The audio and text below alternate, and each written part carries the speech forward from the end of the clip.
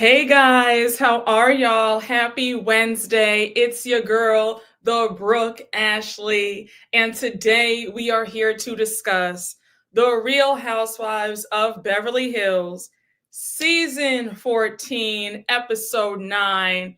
And y'all, Miss Kyle, come right on over here because girl, you continue to try it. Y'all, I was just too done with how Kyle wants to make herself out to be the victim. Now, on top of that, Sutton Strack, you will also be getting a whack because I'm not loving Sutton's attitude. I feel like Sutton is doing a lot. I think that Sutton wants to feel like she's a mean girl too, and it's just not landing. All right. But yeah, Miss Sutton, girl, I'm not loving your attitude. The antics that you were doing in this episode, I said, no, ma'am, I'm not really feeling it. But yeah, y'all, we're going to talk about all that in just a few minutes. Garcelle, when it comes to that beach house of yours, Miss Mama's, you are eating because the beach house is everything and then some. All right. Okay.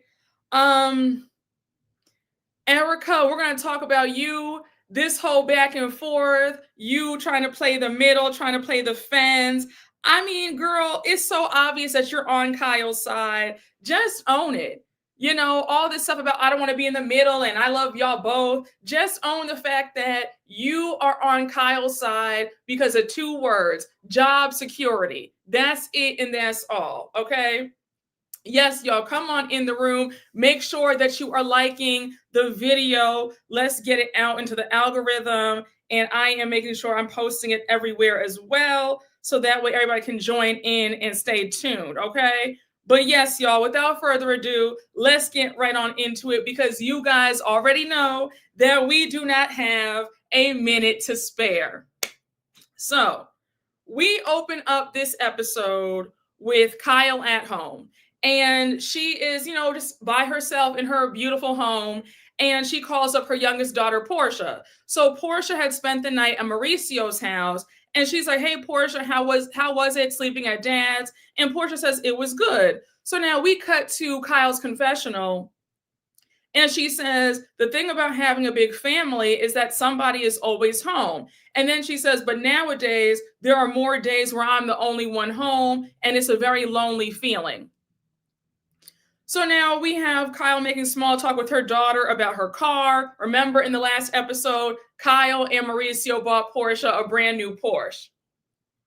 So she says, oh, by the way, your oldest sister, Sophia, has to ride home with you because you do need an adult in the car. And then she says, Portia says, yeah, I know. I think I'm going to have go out to lunch with my sisters. We know that Kyle has 4 daughters. So Kyle's like, oh, where are you guys going and what time? So Portia's like, Mom, I don't know about all that, but we do want to go get lunch. So now Kyle keeps pressing Portia to let her know where they're going to go get lunch and what time. And you can tell that Portia sounds annoyed. It's clear that she just wants to have a nice lunch with her sisters. They don't want Kyle there, and that's normal. That's okay. And I was thinking, Kyle, stop pressing the issue. Just do let Portia, Alexia, Sophia, let them have a sister's lunch. You stay out of it. And then when Kyle said in her confessional, the girls want to spend more time alone these days to talk to each other about what's going on. And they lean on each other a lot. But I'm sitting here thinking, hello, can I come? And I said, again, Kyle, right now, it's not about you. It's about your daughters processing this whole separation between you and Mauricio. And they do not want you and Mauricio at the lunch with them. And that's okay. They have the right. Anybody with siblings, you know that sometimes you want to have sibling time with just you and your siblings, and you don't want your parents there. And that's okay. And I felt like, Kyle, stop pressing the issue. Just let them have their time by themselves having lunch and just leave them alone. But she kept pressing it. And I'm like, do you even want to be somewhere where your daughters are going to be like annoyed that you're there? I don't know. Just my opinion. They don't want to hear their mom interrogate them about their father. Yes, that's exactly what it is. Because we all know that Kyle wants to know, she wants the tea on what Mauricio's doing. That's the guilt Kyle doesn't know about. Yes, I agree. Oh, we have Puerto Rico here. Yes, come through. Hey, how are you? Kyle, girl, call your sisters. Exactly. Kyle doesn't understand. It's not about you, Kyle. Yeah, Kyle has a hard time when she's not the center. That like she struggles with that. Hey y'all, hey, come on in. We have Puerto Rican from California. Oh, come through. Yes. Oh, and I hope that if you're in the LA area, I hope that you're doing well with the fires going on. I hope that you and your family are good. Exactly. My sisters and I want our time together, especially since we're apart now. Yeah, and that's normal. And the fact that Kyle kept pressing Portia, I'm like, Kyle, your daughter's making it clear that she wants a sisters only lunch. She does not want mom there. And that does not mean that they're not close. They love their mom. They just don't they want to speak freely and just vent and not have their mom there. And I'm not trying to be funny, but Kyle strikes me as also very needy. And remember how in past episodes, she's been saying how she's been using her daughters to lean on? That's a lot for kids. Like, even though her kids are grown, that's still a lot to absorb your parents' feelings because they're going through a divorce, you know? So I can only imagine how they feel absorbing their own feelings and their mom's feelings on top of that. So I'm pretty sure that they want their time to vent and cry and talk it out and bitch and moan about what the F is going on between their parents.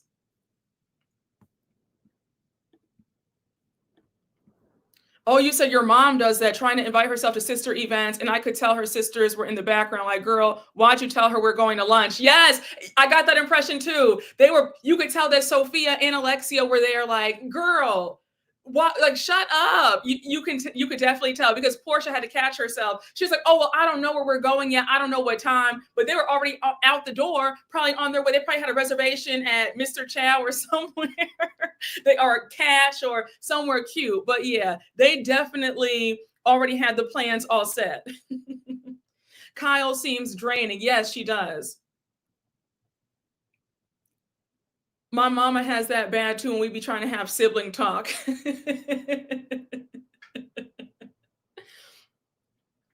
So now Kyle gets off the phone with her daughter, and now Kyle FaceTimes Erica. So Erica's like, hey girl, how are you? And Kyle, of course, being dramatic, she's like, oh, well, I'm better than I was. Because remember what happened in the last episode when she stormed out of Bose's spa party, a whole big to-do.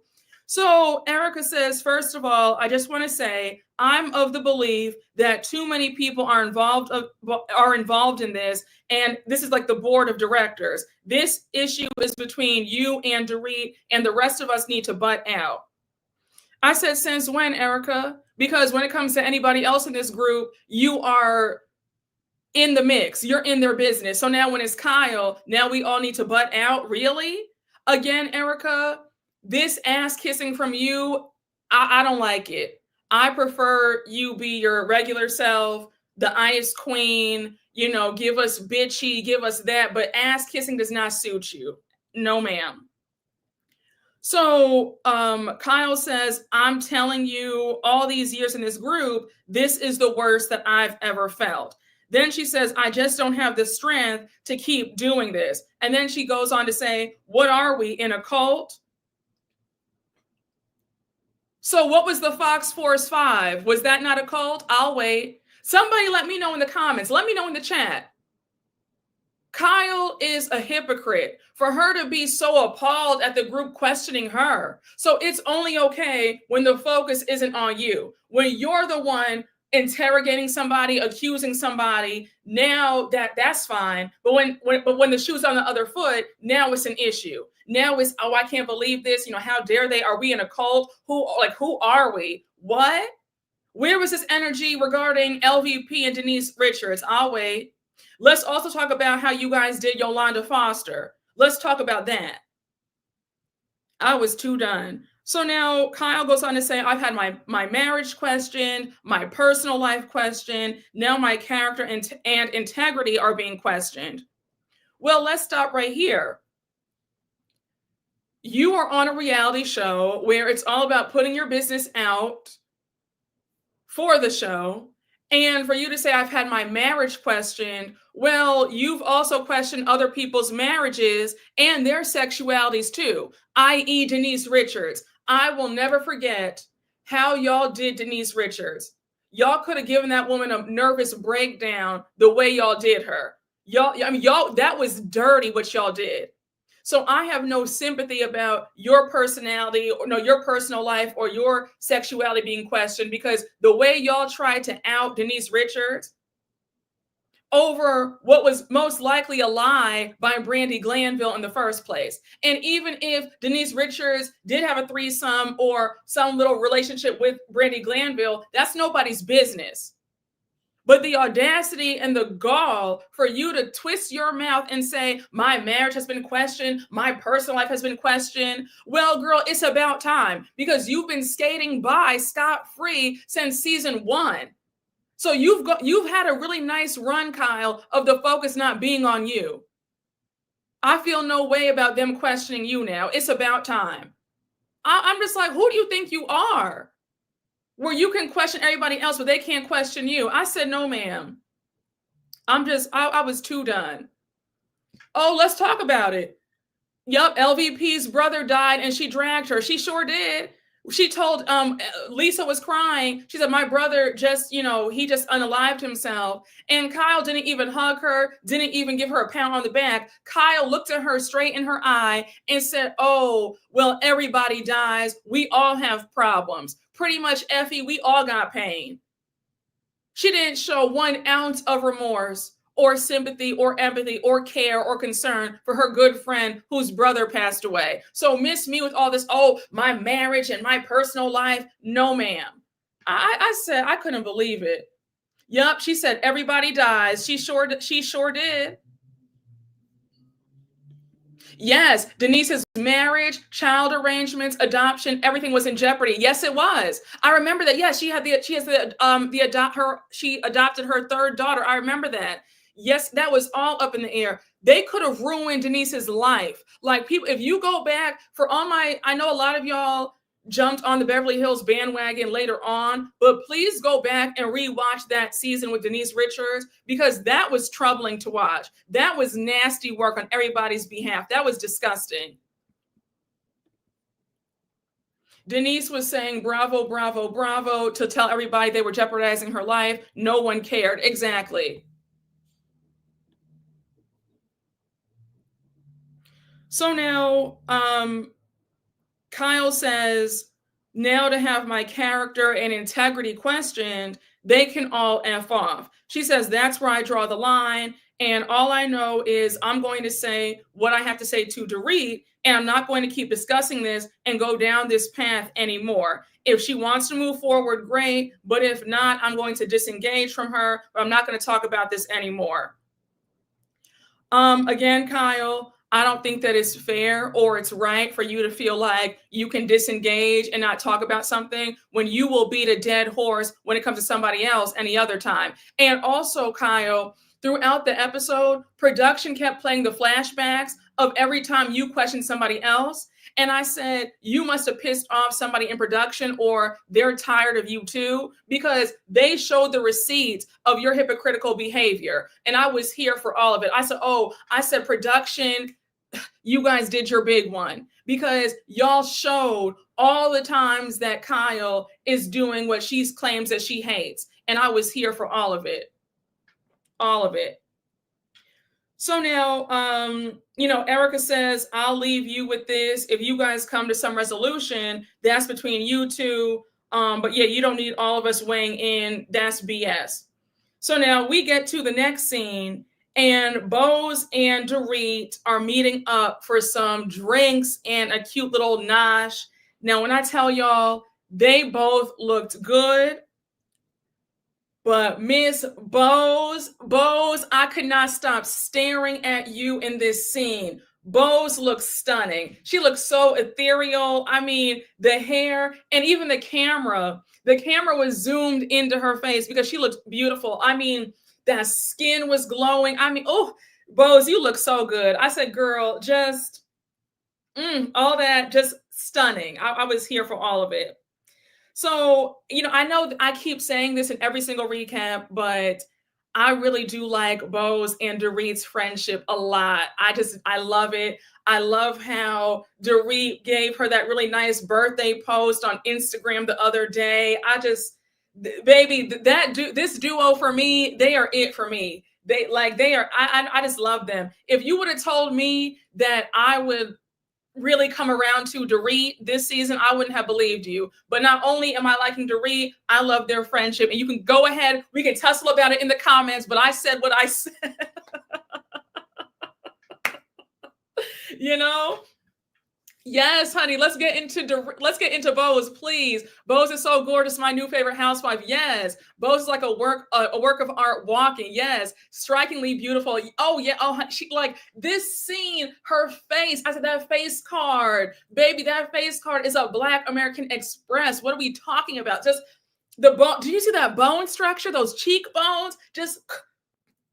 I said, girl, you better come through, honey. Bo's is it. Bo's is it. Bo's is a modern day goddess. We have no choice but to stand down. Yes. Production said, no, ma'am, we will talk about Mo and Morgan, and did. So, yes, honey. Bo's and Dorit, I'm loving this duo. And may I say this? I think what makes Housewives fun, and one of y'all said this in my comments, but it's so true. What makes Housewives fun is that you can really dislike somebody for seasons on end, and they can have that one season where they turn it all around, and it's like, oh my gosh, do I like you? I think I like you now. You know what I'm saying? I just feel like that's the beauty of you can always change your mind, right? Like let's think about this. If any of us were on reality TV, we would have good seasons and bad seasons, right? So it's like, it just makes it fun to be like, okay, this season, you were tripping, you got on my nerves. Because think about this.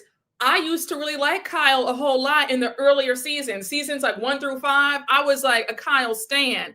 Then I was like, okay, Kyle, you're really showing your slip. But I just love the fact that you can always change your mind. People can always surprise you. So, but yes, honey, Dorit is doing it for me. Bo's, yes. Their friendship, yes. Bo's came to play here for all of it. Hey, Mrs. D Green, thank you for the super chat. They're serving fashions and bashings together. Yes. Oh, fashions and bashings together. Yes, yes, yes. Thank you so much. That's how I am. Yes, right? With Housewives, listen, it can always change. So now so they're talking. So Bo's is like, hey Bluesky, how you doing? Should we talk about you first? And Dorit's like, no girl, we can talk about me last, honey. It's all about you. So Bo's is like, well, I'm kind of feeling your energy and it feels like we need to talk about you. So Dorit's like, Bo's girl, when I tell you, I've been feeling like I've been holding up the walls and there's only so much effing fighting I can do. So now we cut to Dorit's confessional, and she says, Bo's has become my ride or die in a short period of time. And then she says she's become someone I can talk to and get some really good advice. So then she says, it feels really nice to have a friend in this group who truly has my best interests at heart. So now, now we cut back to them talking, and Bo says, I don't want to bring up the whole Kyle situation, but something that keeps being said that I'm confused about, because you said that Kyle was one of the first people you told, and she keeps saying to us that she didn't know anything about you and PK having issues.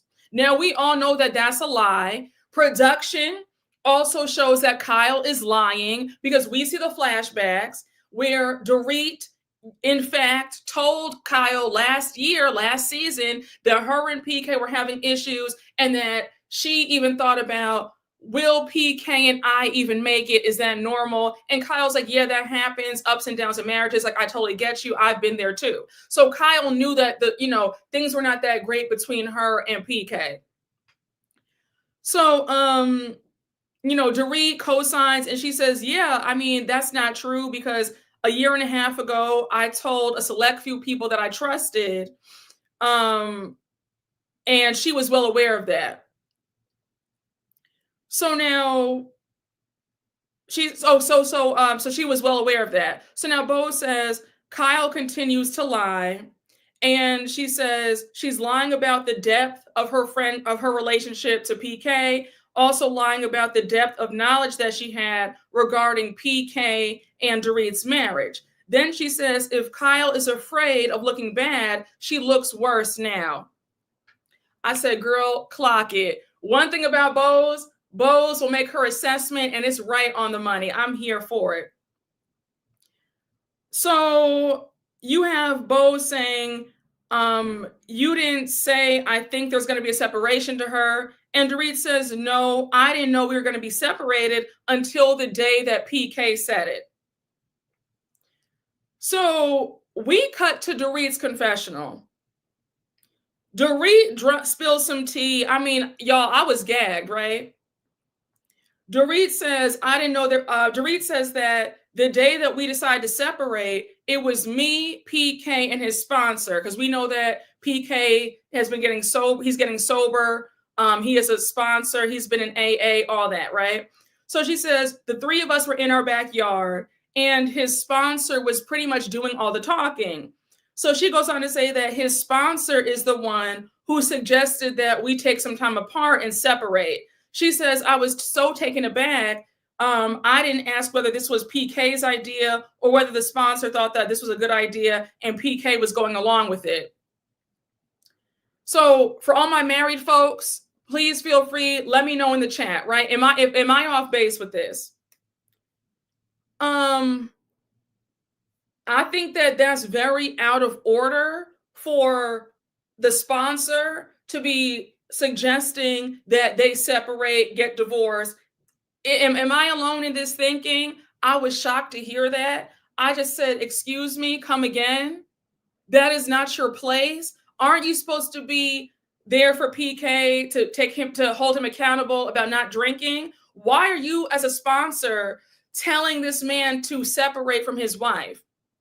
And Dorit, if I were you, I would have cursed PK and the sponsor out because, excuse me, and PK, let me just whack you because it's giving coward. It's giving that you put the sponsor up to that because you're too much of a coward to say that you want out of the marriage. Because I'm sorry, I don't know where a sponsor gets the balls to suggest a separation, divorce, whatever have you in a couple's marriage. That's not your place. All right, let me get right on. That's crazy as hell. Was the sponsor a woman? No, I think the sponsor was a man. I think it's appropriate when it comes to addiction. Really? I feel like that's out of bounds. I think that, I mean, I'm sorry. I mean, I'm not married, but for all my married folks, listen, I mean, I just think that that's kind of out of order to suggest that somebody gets, separated and they're their sponsor. I don't know. I'm married. I immediately knew PK was not honest with the sponsor about Dorit. Yeah, I think that I believe that PK is probably feeding the sponsor lies and he's too much of a coward to say how he really feels. Married here and the sponsor was wrong. They tell you not to make drastic decisions. That's what I thought.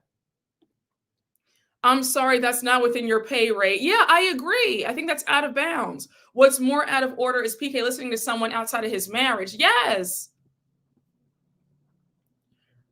The sponsor told him to leave a situation that causes his drinking. I've been sober for over 35 years. Congratulations. A sponsor does not tell you what to do with your what to do with your life. Most importantly, we are told to make no major decisions in your first year of recovery. Thank you for sharing. Sponsors don't speak for you. Was the sponsor James Kennedy? I don't know. It's giving really good storyline. Sponsors can mediate, but that's a lot too. All right. I mean, I'm seeing that y'all are, I see it's a lot of mixed opinions about the sponsor. But yeah, I thought that was really out of line for the sponsor to say that or suggest that. And then it feels like for PK to go with that idea, I get the impression that PK wants out, but he doesn't know how to say it. And I'm like, if you want out of the marriage, be a man and tell Dorit yourself. It's cowardly, in my opinion, to have somebody else do this for you. Again, the sponsor is supposed to support the healthy decisions of the recovering addict. The sponsor was probably Mauricio. Oh, goodness. The problem is that the sponsor is his friend, so the lines are blurred. Yeah, that also, yeah, I feel like that's also, yeah, there's too much going on. There's too, because Dorit confirmed that on the after show that his sponsor is one of his good friends. And she even said that the sponsor was getting in the middle of how they parent their kids too. So she's had a time with this sponsor, a mess. So Dorit says that she's always been so protective of PK when things were not good between them, didn't tell her parents, friends, nobody. And she says it was for a good chunk of time. So Bose says, what a burden that is for you to absorb, put up with all that mess. And then for him to do this, for that to be the payback, it's like, give me back all my years. So now Dorit's like, I know, like, who the F have I been married to? Again, I love this scene. I love the transparency. I like how we're getting a lot of Dorit's truth. Yeah, I mean, I've seen some mixed opinions about Dorit's storyline this year, but if we're being honest, this is the most storyline we've gotten from Dorit in a very long time, since season 7, since she got on this show. I think that I just feel like, we say that we want storylines, we want people to bring their authentic self, their authentic story. Dorit, I feel like, is giving us that. Yeah, she's really telling us what's going on with this marriage, and she might, it looks like she's about to be getting a divorce, and we're gonna be along for the ride. But yeah, I love this scene with her and Bose. They both looked amazing. I mean, and you can really tell that is a friendship. Like, they really are just enjoying each other. I'm here for all of it. Yeah, this is the most real Dorit I've seen. Also, her saying they were better than ever before was a clear cover-up because she didn't want folks in their business. It's possible she's at a point where she doesn't give an F anymore. Yeah, but Dorit's even said that. Dorit's even said, I don't care anymore. It is what it is. I'm going to let it all hang out, and here's the truth. Hey, TM, thank you for the super chat. I think Kyle believes her own lies. Oh, absolutely. Hey, TM, thank you for the super chat. She maybe trigger his alcoholism, not intentionally. I've seen a lot of comments saying that Dorit has probably triggered the alcoholism. In my humble opinion, I feel like that's a cop-out. I think that PK has wanted out of this marriage for quite some time, because think about it. Even before all this, Dorit revealed earlier this season that early into their marriage, when they would get into it, he would leave and he would be at the Beverly Hills Hotel for weeks on end. So they've always had issues. I don't think that PK is a good husband. And remember, this is not PK's first marriage. This is his second marriage. PK has 3 grown kids who are in their late 20s. So he has 5 kids altogether, about to be 2 ex-wives. I don't think that PK wants to be married. I think that he is better off being a single man, being free, and that's fine. But I just feel like for people to say that, oh, Dorit is the reason why he went to alcohol, I don't like that. I don't like that, putting the blame on the woman. Because I'm pretty sure that PK was not a rose in that marriage. I'm pretty sure he made her life a living hell. So just saying. And you can't blame another person for your actions. We're all responsible for ourselves. So if we show our asses, if we act up, that's on us. We got to stop saying that. That's for everybody. We got to stop saying that, oh, somebody made me do that, or somebody no. That's on him. That's not on Dorit. I've seen a lot of comments blaming Dorit for his alcoholism, and I don't think that that's right, and it's not fair. He's a grown man. He's almost 60 years old. So just my opinion. But yeah, I think that PK is a coward and he's using, his alcoholism, the sponsor, as a cop out to get out of this marriage without being blamed for wanting to be out and not being a great husband. Just my 2 cents. Yeah, I agree. I don't think you should blame anyone for someone else's drinking because that's disgusting. I agree. That's not fair at all. Yup, Dorit did not cause his alcoholism. Exactly. You are responsible for your own actions. Exactly. Okay, so we're off of that scene, and now we cut to a short scene with Garcelle at home. She FaceTimes Sutton and she says, what do you think? Isn't it kind of random that Kyle wants to have dinner tonight, considering that we're all going to see each other tomorrow? So we find out that Garcelle invited all the ladies to her beach house to hang out, have a cute girls' day, and she can't wait for them to see her beach house because it's been in the making for 3 years, right? So we cut back to her on the phone with Sutton, and she says, when was the last time Kyle was like, hey, why don't we all get together, when she knows that we're going to see each other again? So Sutton says, it's a preemptive, protect me. Garcelle says, yeah, maybe. And then Sutton says, Kyle asked us to dinner, but not all of us. She says she asked me, Garcelle, and Erica. She's rallying her troops to make us feel sorry for her so that we're on her side. Now, Sutton, you've been getting on my nerves as of late, but you did clock the T because that's exactly what Kyle is trying to do. She's trying to rally around the troops so that you guys are on her side, so that, when it hits the fan, you guys are saying, go Kyle, and not on Dorit's side. So Garcelle says, every time we talk about the text messages, Kyle is so fired up about it. And then she's like, well, what do you think Erica thinks? And then we see Sutton imitate Erica. Now, one thing about it, Sutton does a good Erica impression because that's exactly how Erica sounds. So now we cut to the night of Kyle's dinner with Garcelle, Erica, and Sutton. So the restaurant that they were at was gorgeous. It was called the Arden, West Hollywood. Stunning, right? So we see Kyle arrive first, and then we see Garcelle arrive right after. So Garcelle's like, you look good. How are you doing? And we have Kyle giving us the dramatics. And she's like, well, I'm better than the last time you saw me, but it's been a lot going on. I have a lot of suppressed emotions. I said, girl, here is me playing the tiniest violin because I'm so sick of it.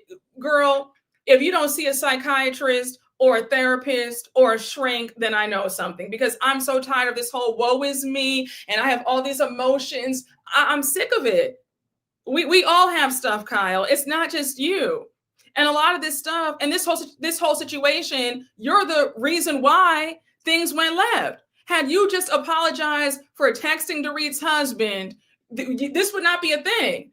But you've been caught in a lie. You're tripping over your story. The stories keep changing, but now you want to act like you're a victim? It's a mess. I said, girl. But yes, okay, yeah, we are playing the world's tiniest violin right here. I see y'all dropping a violin in the chat.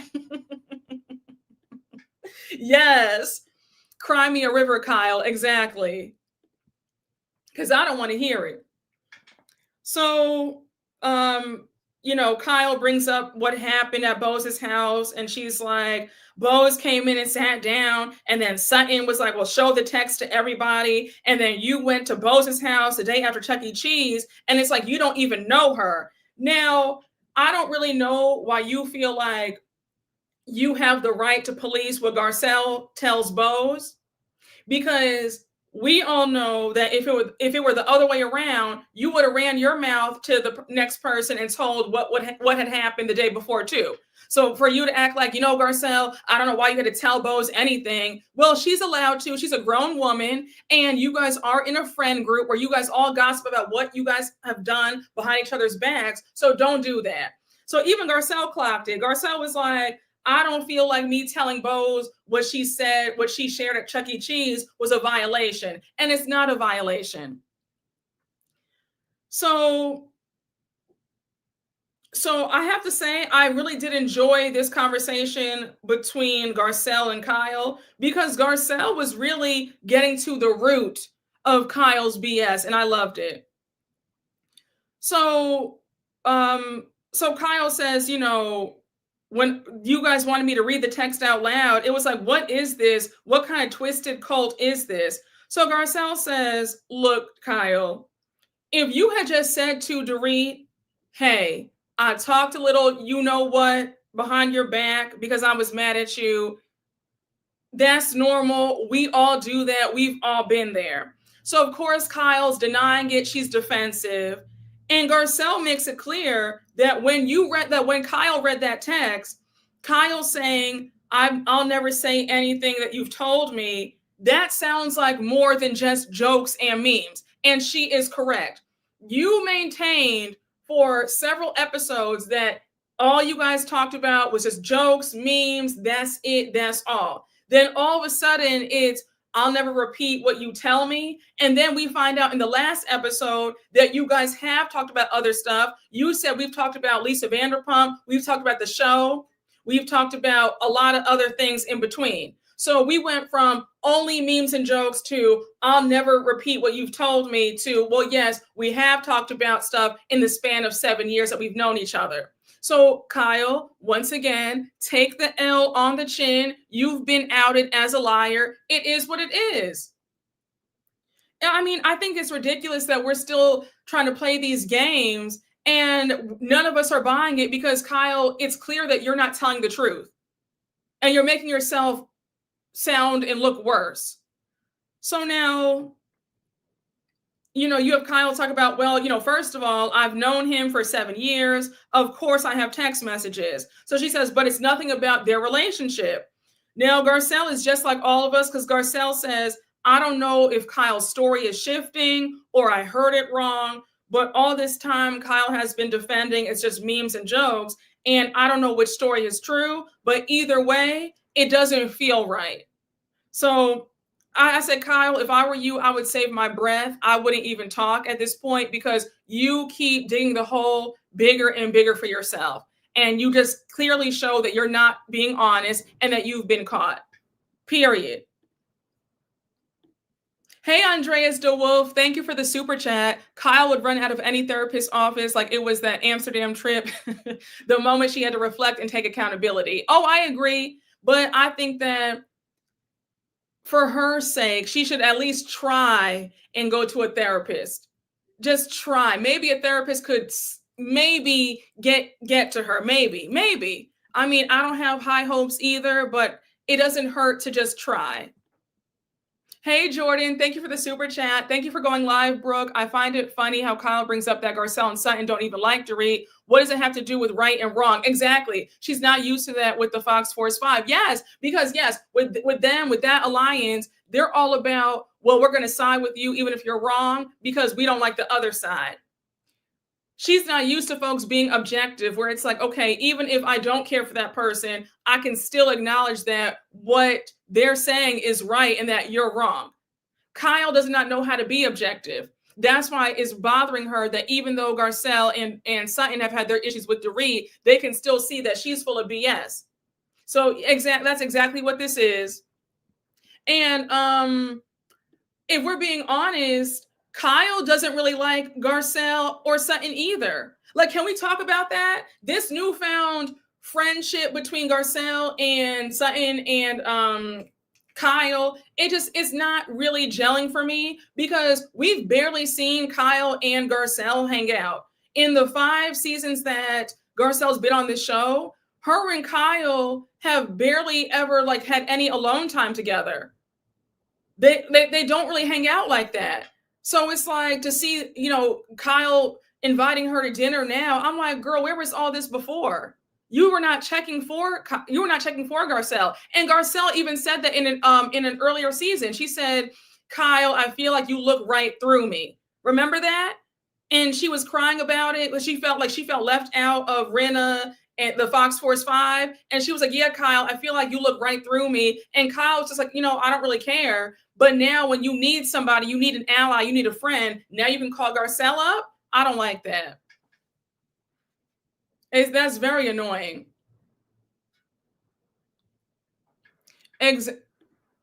Hi, Brooke. I think Bose better watch out as Kyle and Dorit are going to get buddy-buddy and Kyle is going to turn Dorit against Bose. I don't think that that's going to happen, only because Bose can see right through the BS. I think that Bose is smart. She knows what's going on. She knows how this group operates. She knows how Kyle operates. She has Kyle's number. So I don't think that Kyle would be able to turn Dorit against Bose. I don't. I think that Bose and Dorit would see, Bose especially would see right past that. And she would not even give Kyle that satisfaction of breaking them up. Kyle running around trying to be friendly with everybody like Henny Penny.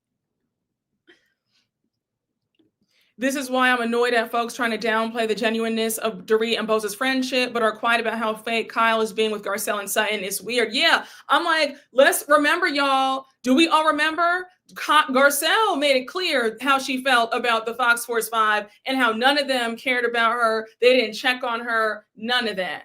So to see Kyle be all buddy-buddy to Garcelle now is really weird. Because it doesn't even feel genuine, because Kyle is strictly using Garcelle so that she can be against Dorit with her. That's all it is.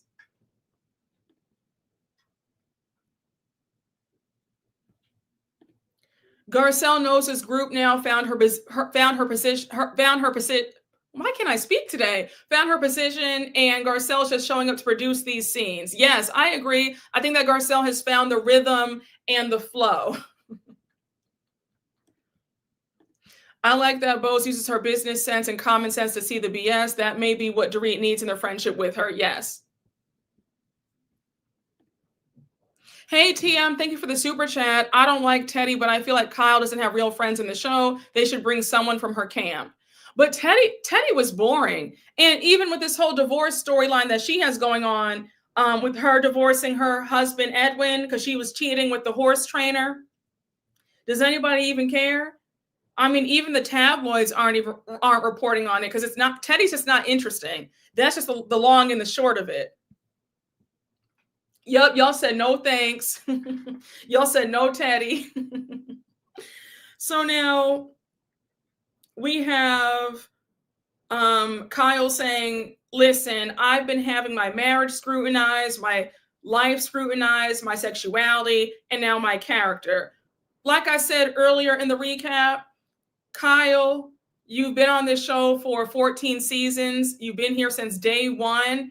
For you to say that you've been scrutinized, stop. You have really skated by with not really having much of a storyline for years. And now that you finally have something going on, now you're upset that you have to share it. And for you to say that, your sexuality has been scrutinized, let's not do that. Don't act like people are trying to just, laugh at you or pry into what's going on. You brought Morgan to us last season.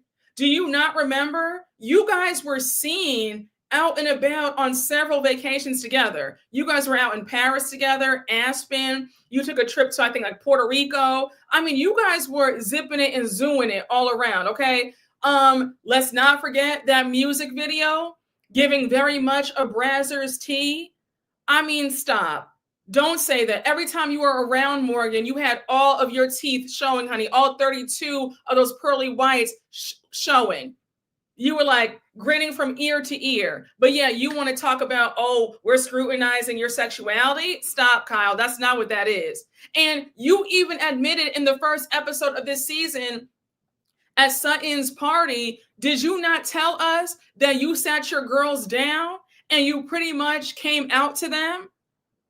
You even said at the reunion last season that you've been figuring things out, and Sutton was like, listen, whatever you want to do, if you want to be with women, we support you. It's no judgment. And you were crying.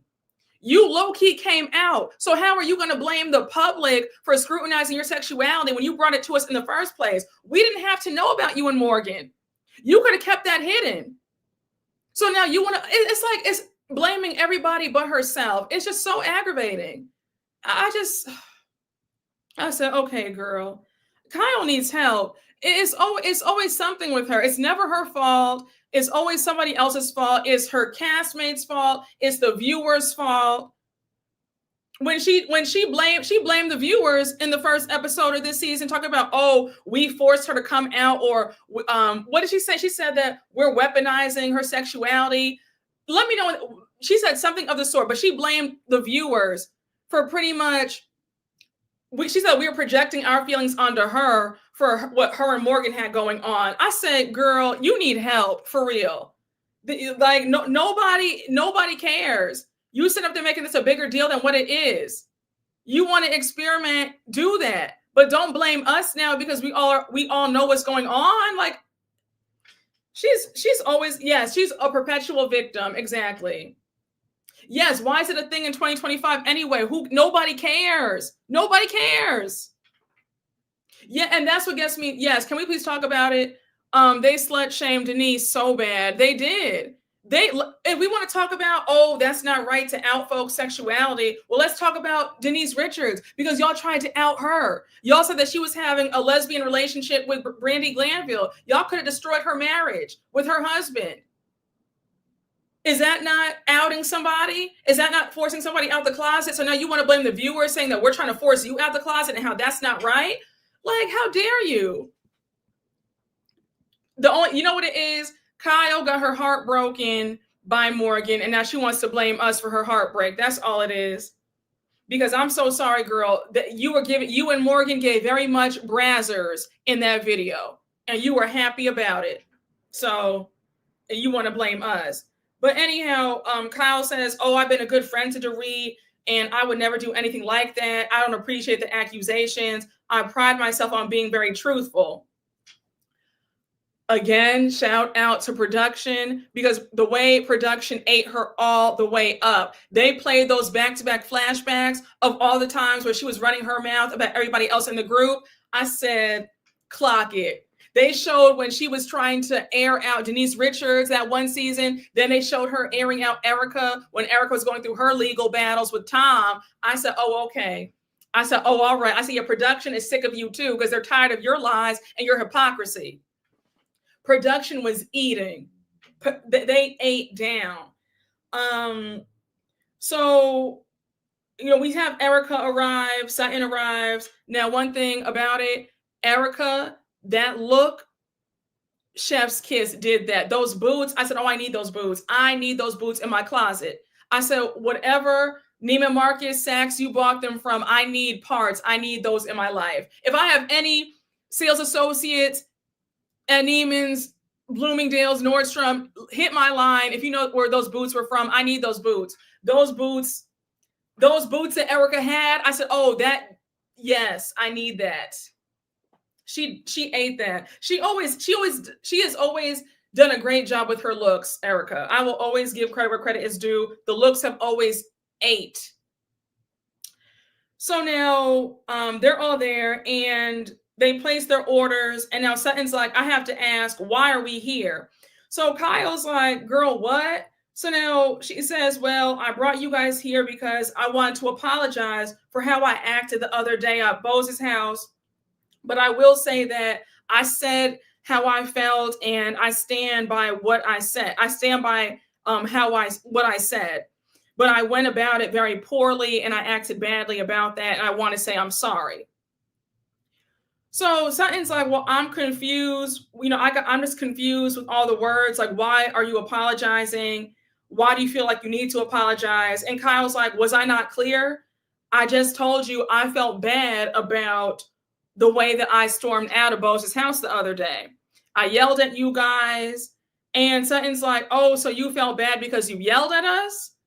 So clearly Sutton is doing this to piss Kyle off. Because I said, Sutton, you know why she's apologizing, even though it's a pretty piss poor and half-assed apology. And for Kyle, she can't apologize ever. So this is a big step up. But Sutton, you know what she's trying to say. So for Sutton to keep picking at her, I was like, okay, Sutton, like, okay, it's enough already, girl. Like, I get that you want to really press Kyle, but like, it's enough. So So Kyle says, I felt like everybody was coming for me and I had no ill intentions with that text. So now we cut to Sutton's confessional and she says, I just want Kyle to apologize for holding herself to a different standard than everybody else. Because she's human and makes mistakes. She needs to be accountable. Now, Sutton, I would have preferred had you said what you said in your confessional. I wish that you would have said that to Kyle at the table, because you trying to pick at her and question her at the table the way you were, it wasn't landing. I wish you would have said, Kyle, my issue with you is that you get to storm off and we aren't allowed to. You check us about how we can't do that. And it seems like the rules don't apply to you, but they apply to everybody else. That would have just been a lot better than you trying to be funny at the table. I mean, maybe I saw it wrong, but I felt like Sutton was doing too much. And I said, girl, the tactic that you're using is not working. Like, let's think smarter. You said it perfectly in your confessional. Say that to Kyle, say that to her face. In my humble opinion. Yes, she was trying to make her own all of it. Yet the host wasn't even trying to hear it. She can stick that apology somewhere else. Now, Sutton, don't be doing all this to go back to begging for Kyle's friendship next season. Yeah, that's my thing with Sutton. That has always been my biggest gripe with Sutton's track. Sutton will go in on Kyle. They'll argue. And then the next minute, she'll turn around and say, you know, I really value Kyle's friendship. I just love Kyle so much. Kyle, will you be my friend? In that Southern accent, it's like, baby, stick with it. Either you are Kyle's op or you want to be her friend. But you trying to be her frenemy, I don't know. And it's weird because it's like, you know, Kyle doesn't see it for you. So when I see her begging, it's jarring. I can't stand it, because it's like, girl, why do you want to be friends with somebody who does not like you? That's low self-esteem. That's desperation. Sutton is really pissing me off this season, y'all. I can't stress it enough, but she's pissing me off. And then when they showed that mid-season trailer at the end of this episode, Sutton doing the most. We'll talk about that later on. But yeah, Sutton is doing a lot. That's how she sounds though, right? Sutton with all that, you know, that deep Southern drawl, honey. Oh my gosh, you know, I'm just little Sutton Strack, you know, I'm just a Southern belle. Yeah, all that, you know, Kyle, will you be my friend? Girl, can you sit down? Sutton is really getting on my last good nerve.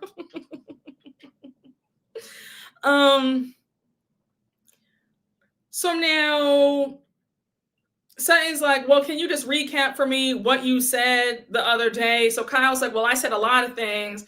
And even, you know, Garcelle and Erica are laughing because they know that Sutton's being ridiculous. So Kyle says, I'm apologizing for saying to y'all to F off. And then Garcelle jumps in and says, you also said shame on y'all. So Kyle says, how about this? I'm apologizing for everything that I said. I don't need to go down the list. And by the way, it's my apology, so I'm going to say it the way I want to. So now Sutton's like, okay, but I was just curious. And now Erica, we see her confessional, and she says, Sutton, just leave Kyle alone. And that's what I struggle with the most about Sutton. She goes on to say, because what were Garcelle and Sutton like when their husbands walked off? Do you honestly think that Sutton was missed together while she was going through her divorce? No. What about Garcelle? No. She sent a whole letter blasting her ex-husband to CAA. So then she says, when somebody that she loves, or when a friend of hers, somebody that she cares about, is going through a hard time in their lives, she's going to cut them some slack. So pretty much more ass kissing. Erica is on the Kyle Richards bandwagon, and that's not changing. But yeah, Kyle says that I never behaved like that. That's not somebody I want to be, not who I am. And I wish I had been calm, cool, and collected, but I did not have any bad intentions with that text. But yeah, you know, Sutton says, we were very surprised at your reaction. You know, I was disappointed in Kyle for leaving the group. So of course, Kyle can never just own anything. She's like, well, you know, we've all had those moments in this group. Kyle, right now, you're the one in the hot seat. So bringing up what other folks have done is not relevant. You have always been a huge advocate for owning your stuff. When stuff hits the fan and it's all on you, be a woman about it, take your licks, stand there and don't walk off. We have seen you chastise several former and current housewives for leaving and storming off, especially Sutton. So for you to feel like, so for you to say, well, we've all been there. No, ma'am, that's not going to work, because other people have gotten it much worse than you have, and they tried to storm off and you were berating them about it. So I don't want to hear, well, we've all been there. Okay, so when it comes to you storming off, it's okay, and we've all been there, but let somebody else have to storm off. They need to gather themselves. Now it's a problem. Now they're a baby. Now they're this, now they're that. I don't like that. I don't like that double standard. Just say, you know what, I should not have walked off, especially since I've been a big, advocate for staying there and taking your licks and being a woman about it and just owning it. Period. Kyle has never been ganged up on since she's been on this show. Now it's her turn. Everybody gets a turn. Exactly. Everybody gets whacked. Listen, it's an equal opportunity whacking over here, okay? Anybody can get whacked. All right. So for her to think that she's exempt, listen, y'all sit up there and whack me when I say something that you don't agree with. Y'all be like, Brooke, I don't agree with that. Well, you will try to whack because I'm, keep it cute. But the point is, anybody can get it. Nobody's exempt. Nobody. All right. So I don't know who Kyle thinks she is.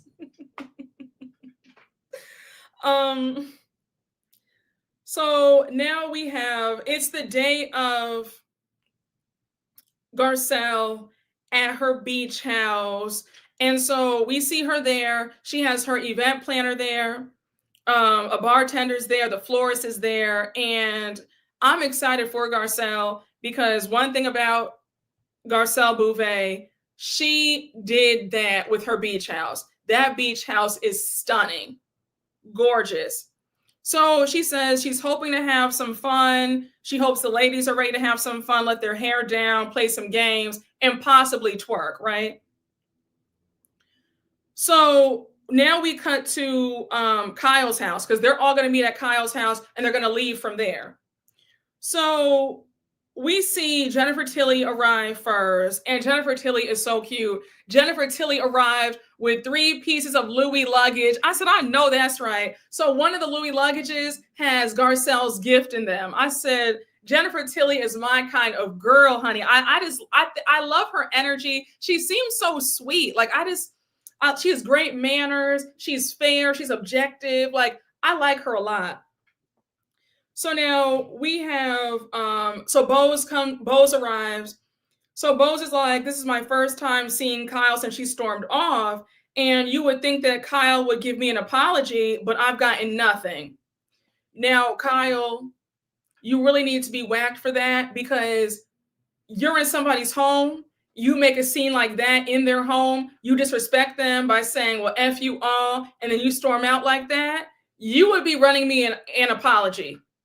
You would be running me and I'm sorry. And the fact that you did not invite Bose to that dinner says a lot. Because in my opinion, Bose should have been the first person to get an apology for your behavior at her house. Because I'm sorry, I'm very big on, even if there's some drama going on between you and I, if you invite me to your home, that's all out the window. We can talk about that in a public space, a restaurant, But when I'm in your home, if I agree to come into your home, I will never disrespect you.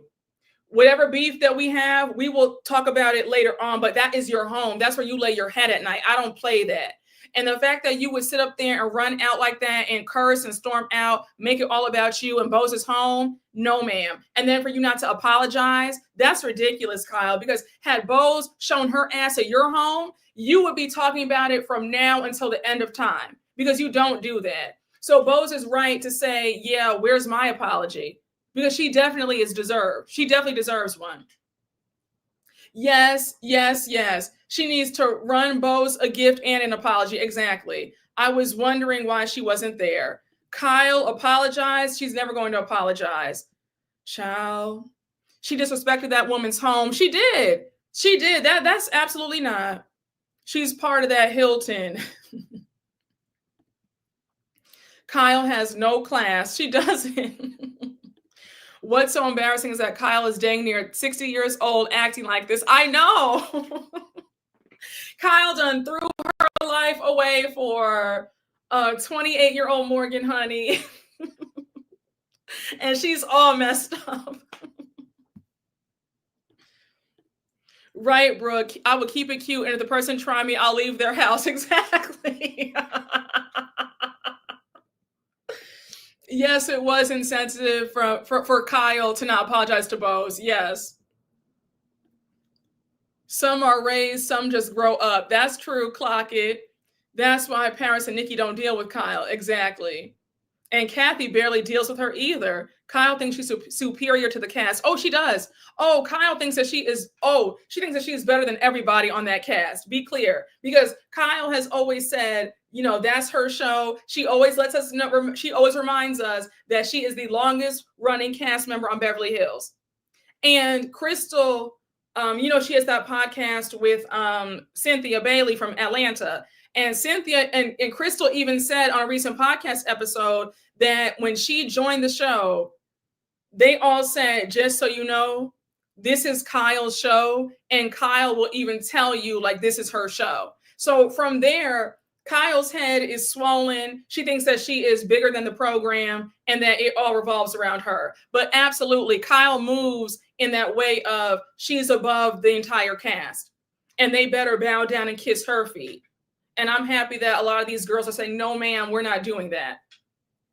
Yeah, Crystal and Cynthia's podcast is called Humble Brag. And it's actually a cute podcast. But yeah, Crystal said that when she joined the show, the first day, like her first scene, I think she said Erica told her, like, oh, just so you know, girl, this is Kyle's show. And she'll even tell you that it's Kyle's show. And Kyle walks around saying, like, yeah, this is my show. And anytime a housewife feels that way, that's when it's time for them to leave, because nobody is bigger than the program. Nobody. And that is the demise of a lot of these OGs. They feel like they are bigger than the show. And then you see where they are now. Kyle needs to go clean her gutters. Oh my gosh. Oh, wait. Kyle never had a reason to be exposed because she had a perfect life exposing others. Clock it. Now it's her time to be on the hot seat. Yep. And that's why she's struggling now. She never thought that her day would come. An apology and a gift. Yep. From Kyle. Bose was so disrespected. She was. Nobody is exempt. Oh, absolutely. Oh, you said, Kyle, please. This is LVP's show. Ain't nobody here to see you, Otis. Does Kyle get it at all? No one wants to be around her. Mauricio, her girls, her sisters, the cast, child. So anyhow, Bose is there. And did anybody notice how, because Bose looked really good. Bose had on this really pretty purple dress. Did anybody catch how Kyle kept saying, oh, I feel like a plain baked potato with no butter or salt next to you? And I'm thinking, what do you expect Bose to say? Just say Bose looks pretty and keep it moving. But she kept saying that. And I'm like, step your game up. Either dress up more or don't. But like, I don't know. It just felt like very much she was trying to be like, oh, you're just so dressed. Girl, absolutely. Every day is a special occasion. Every day that we're alive is a special occasion. So either dress or don't dress, but don't put that on somebody else. I don't know. I didn't like that comment that she made.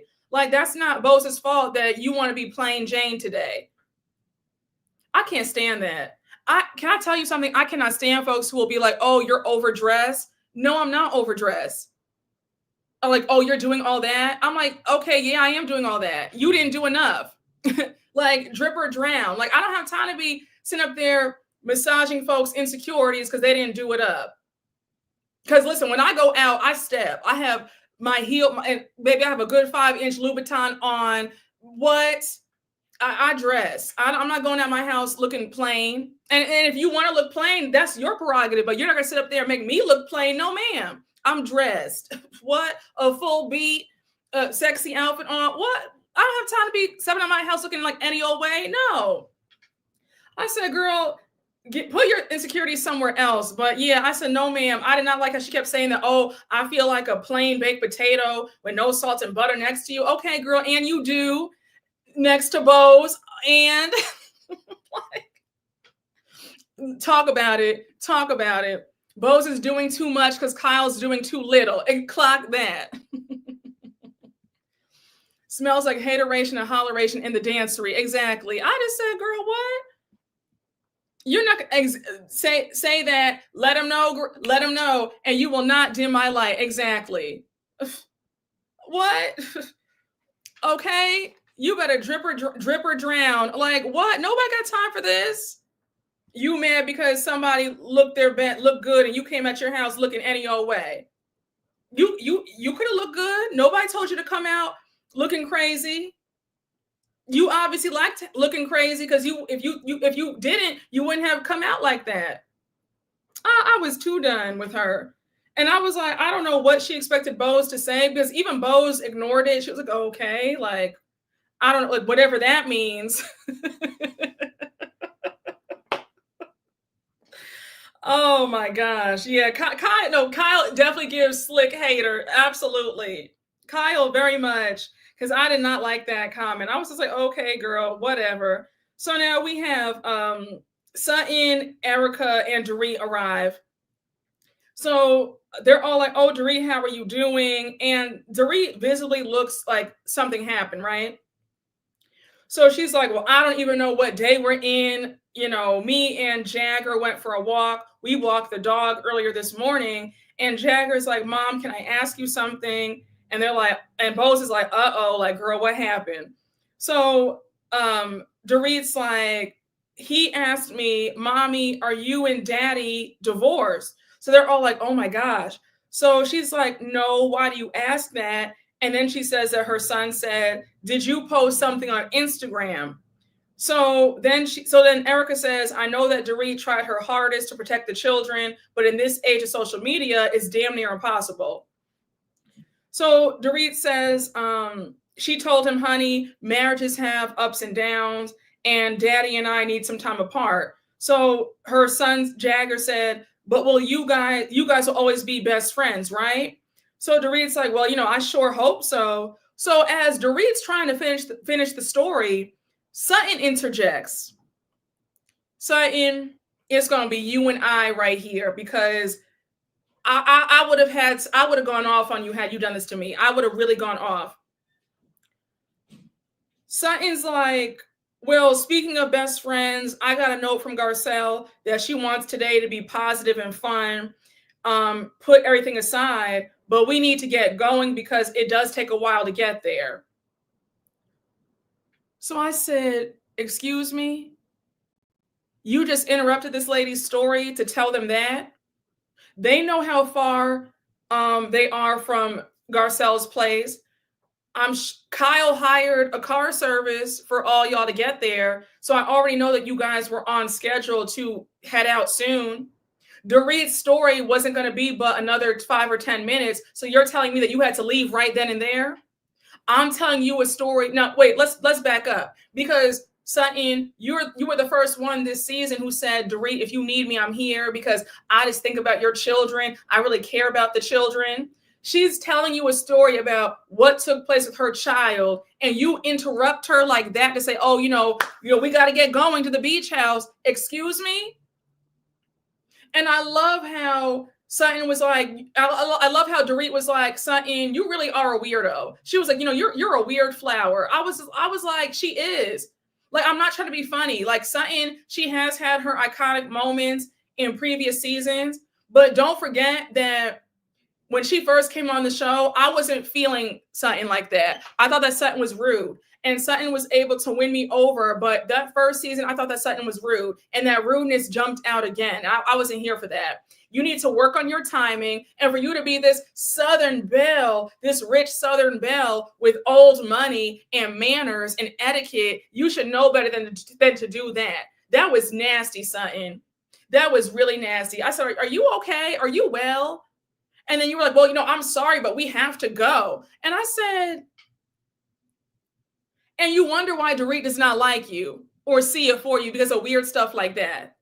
That I was too done with her. I said, okay, Sutton. Yeah, she's very tactless. I just said, first of all, y'all are going to be spending the whole day with Garcelle at her beach house. You guys have a car service. And generally, if you've ever taken a car service, you know that the driver will come out and make sure like you guys you're on time. So they would not have been running late because he would have come in and be like, oh, hey guys, like, time to get in, we got to go. So it's like for you to do that, I'm sure that you guys had an additional 10 minutes to spare. Like that was just so rude. And then Sutton, you're on the after show saying, I don't regret doing that. And, I would do it again. And they talk about how long-winded she is. There was no part of that story that felt long-winded to me. Am I seeing it wrong? But I did not feel like Dorit was long-winded with that story. And that shade on the after show was so unnecessary. I'm like, I don't get it. Sutton, you're moving weird. I'm not here for the antics. It's not landing to me. And that was real nasty work of you to interrupt her like that. And I would have cursed you out because don't play me like that. That really bothered me because for you to be the Southern belle with all the manners, you should know better. Yes, Sutton, she could have said that in the car. To cut Dorit off was piss poor taste. It was. There is not one thing Sutton does that surprises me. Sutton better keep that energy at the reunion. Sutton was rude, but I'm not going to lie, I did laugh. That story was actually interesting this time. Yes, that's what I said. I wanted to hear more of the story. I'm like, girl, you cheated all of us because I wanted to hear. I was seated for all the tea. You cut off a good story. I mean, I was done. Sutton is a wannabe mean girl. My initial observation of Sutton was that she's bitter and a mean lady. The funny thing she does seems to be her acting out of character. She's proving to be exactly who I perceived. You know what? I have to low-key agree with you. I have to low-key agree because the first season that Sutton was on that show, I was not featuring Sutton at all. I was on her because she got on my nerves. I thought that Sutton was so rude. Obviously, things changed, but I always kept in the back of my mind that things could change and that Sutton could work my nerves again. I'm not saying that I dislike Sutton, but right now, this season, Sutton is wearing me thin. But yes, my first impression of Sutton, I thought she was really mean too. I didn't like her. Her vibe was off. She was fresh off of the divorce from Christian. So she was really out of it. But yeah, where I definitely understand where you're coming from because first season, I didn't like Sutton either. Yeah, Sutton was rude. She was very rude. She dragged Teddy, so she got a pass. I'm screaming. I'm screaming. Oh my gosh. Jagger is like 10 or 11. That's old enough to be intuitive on what's going on with his parents. Oh, absolutely. And I mean, if he has a phone, I'm sure he sees what's going on. I'm sure that the other kids, he's on like the baseball team. I'm sure they tell him what's going on. They probably have said, oh, did you know about your parents? So I'm sure, I mean, Dorit, it was going to come out to your kids one way or the other.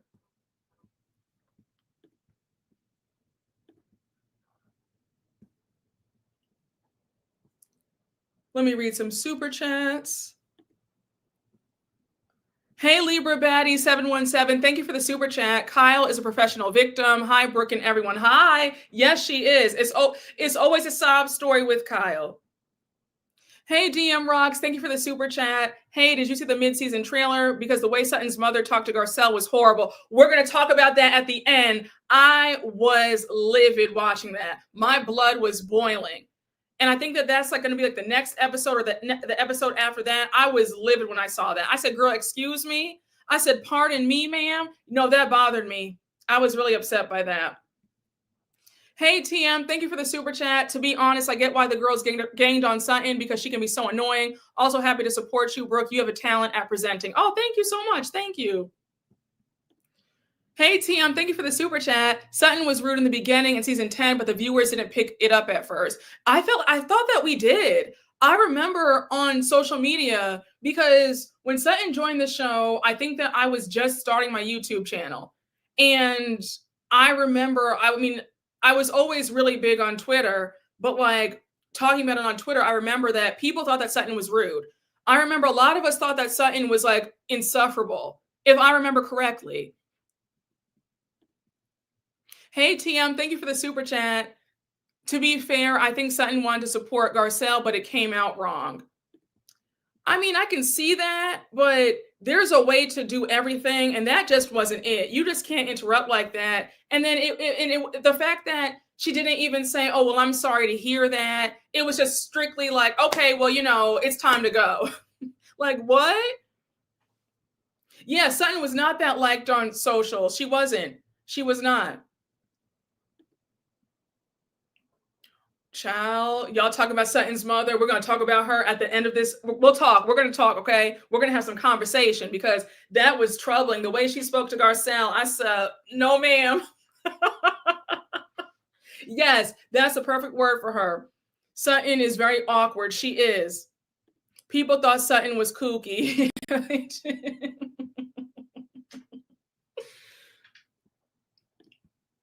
Yes, Sutton says a lot of stuff that comes out wrong. She's an adult. Gotta watch that mouth sometimes. Yes, it's like, at what point are you going to get it together? And I'm sorry, Sutton, if you're that socially awkward, you have the resources to get like a life coach or somebody to help you out with that. She has the money and the time. So she needs to work on that. I mean, I think that it's horrible that she can just be so rude. It's like, it drives me nuts. So now, Dorit's pissed, and they get in the cars to head to Garcelle's beach house. Oh, but Erica and Kyle both call out how Sutton has very poor timing and that, she has no tact, because Erica says, of all times for Sutton to interrupt, Sutton, this ain't it. So Kyle even says, Sutton has very poor timing. She has a lot of rules for everybody else, but not for herself. And that's true. But Kyle, the same thing with you as well, because you have a lot of rules for everybody else that you don't follow either. So not too much. So now we get to, we're at Garcelle's beach house. Everybody's there. And I love how everybody was supportive of Garcelle. Kyle says, I'm so impressed and excited for Garcelle. She did this all on her own. It's a huge accomplishment. Very happy for her. Now, I think that might be one of the few times that Kyle has actually congratulated somebody or complimented them. I said, well, that's nice to know, because any other time Kyle makes it about herself. I was nervous that Kyle would start talking about her beach house or one of the 9 homes that her and Mauricio own. So the fact that she was able to say, congratulations, Garcelle, I'm happy for you, huge accomplishment. I said, okay, all right, Kyle, you get 1 point for not being so self-centered this time.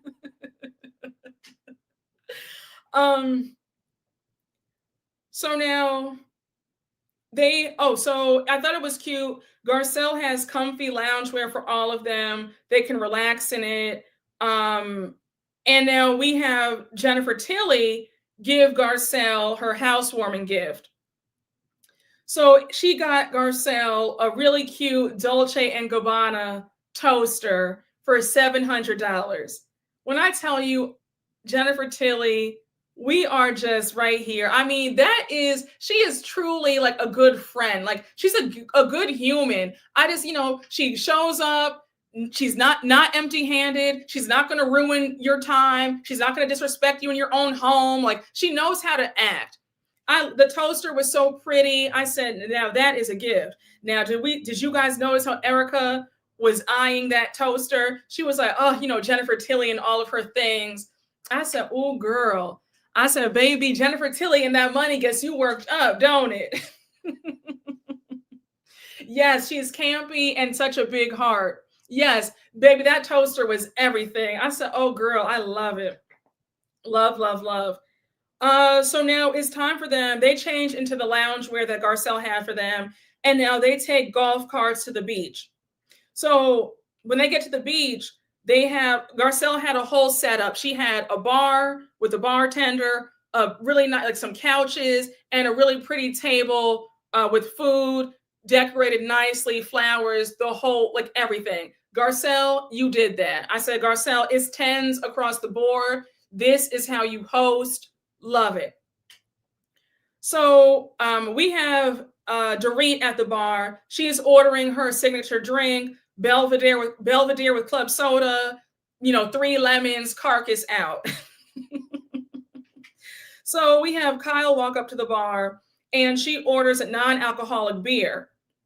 So now Kyle says, do you have a minute to talk? It's a bit awkward between them, but Dorit says yes. So now they go off to the side, they sit down and start talking.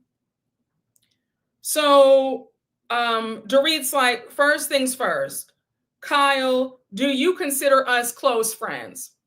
Kyle says yes. Now, Kyle, I'm confused about that because you said at last season's reunion that you and Dorit were not that close. On top of that, you said that you guys have only gone out to eat a handful of times and that you guys only went on one vacation together as friends. So I'm like, baby, are you guys close friends or not? Because you yourself said on national TV, we weren't that close. Even though we saw you guys always out and you were always celebrating the Jewish holidays together because they're all Jewish. They would have Shabbat dinner. They would, celebrate Passover, all that, right? So then for you to say that, we're not that close, but now you want to say, oh, we are close again. Which one is it, girl? Because I'm confused, honey. We, the people, need an explanation. So now Dorit says, do you want to salvage our friendship? And Kyle says, I very much do. Yes. So Dorit says, I do as well. So now Dorit says, your friendship has always meant so much to me. But when you said to PK, I've never repeated anything that you've said, I know you were making him feel like he can talk to you. And now Kyle interrupts and she's defensive. And she says, all I was saying is that I'm a safe space and he can reach out to me, even though I know that he has other friends and he's not going to reach out to me. She says, this, Dorit, I don't repeat things. Anytime anybody tells me anything, I don't say a word. So now Dorit says, regardless of all that, girl, the point is, are you my friend? Is your loyalty with me or are you his friend and your loyalty is with him? So she says, if you're my friend, then even writing that to him, I damn well expect you to share any info that you get from him. I expect you to share that with me because that helps me out. And Dorit's right, because at the end of the day, that is still her husband. And Kyle has no right to be having any secret conversation with this man, especially if it's about Dorit. So now Dorit makes it clear. It's unrealistic for Kyle to think that she could be friends with both her and PK in this situation. And again, absolutely correct. So she says, be a girlfriend and show some support. Be the girl's girl that you always talk about being. Show me. Now, may I say this? I don't know about you, but I have no desire to be friends with somebody's ex, especially like I don't have any desire. And I'm not even that like can we really talk? Like, can we just have some conversation for like a few minutes, like a few seconds? I'm not gonna hold you up, but personally, I've never been like the type that like has guy friends. My thing is like, I don't really believe that men and women can just be friends. Like, call me what you want. That's fine. I'm telling my truth. Right. So like, I feel like if you see me out with a man and that's not my family member, like it ain't no friendship over there. You know what I'm saying? Like, I don't know. I've just never been that type. It's like, oh, I have all these guy friends. Like, I don't really feel like men make good friends. Like, if we're being really honest, like, I know I'll be clocking the women and the friendships of women. But like, I don't really feel like men make great friends either. So, so like when women talk about, oh, like I'm friends with, all these men, it's just like, why? Like, I don't know. But my point is that I don't understand why you want to be friends with your friend's ex. Like, why? Like, I don't get it. It's just weird to me. Like, we're friends when you guys are still together, right? But like, you guys are broken up now. I don't have any desire to have some secret friendship with you. You know, like, I don't know. It's just weird to me. I don't get it. She just sounds so dumb to say things like that about, oh, well, you know, I want to be friends with both of y'all. It's like, for what? What riveting conversation is PK giving you? I'll wait. Okay. Thank you for saying this. It's true. Straight men can't be friends with women. They're just waiting for you to be available. Exactly. Like, and okay, wait, can we talk? Can I ask you something? Not to get off topic, but from what I've observed, anytime I see a man and a woman as like, oh, we're like best friends, whatever, somebody likes somebody. Either the girl likes the guy and he don't like her, he doesn't think she's attractive, he just likes the ego boost that knowing that, you know, he has this girl who's like lovesick over him, or it's the guy likes the girl, or they both like each other and they're too afraid to say it. But I've never witnessed just some platonic friendship and nobody likes anybody. I've never, unless somebody is gay, I've never seen it. Listen, y'all, I'm sorry. You can call me whatever you want. Call me immature, but I've never seen it, because y'all, I have seen some things. I've seen folks, their best friend, somebody admits their love for that friend, just a hot mess, but somebody always likes somebody, or they both like each other. Or yeah, I'm just saying, y'all. So I don't know. Kyle just sounds stupid to think that, oh, you know, I just want to have this friendship. I don't know why you're pressed to still be friends with your good friend's ex-husband. That's weird to me. I don't know. Right? Oh, okay. Think about this. Okay. Case in point. Let's talk about a famous couple, right? Blair Underwood. You see how he divorced his wife of 27 years, and he is now getting married to his best girlfriend of the same amount of time. That was his sister. She was waiting. Like, do you know what I'm saying? Like, let's think about that. So please, and I've seen it in real life where it's obvious that there's attraction. You know, I don't know. And then if you're dating a man and he has all these friends, a lot of times, right? If you're dating a man, he has all these girlfriends. I don't want to burst anybody's bubble. Let's talk real, okay? A lot of times, those girls, his friends who are like sisters, they probably already had sex, and he just keeping them around. They're probably old flings, old situationships. 10 times out of 10. I'm just saying.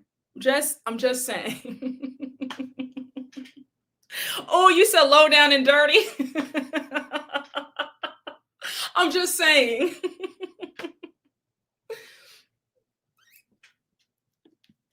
Military vet here. I have several male friends, never wanted to smash, but always cool with those brothers. I'm just saying. Okay, well, but that's what I'm saying. Okay, either you might not want to, but you know what I'm saying? I'm just saying. Yup, talk about some little sis, honey. And he had her legs up to the moon.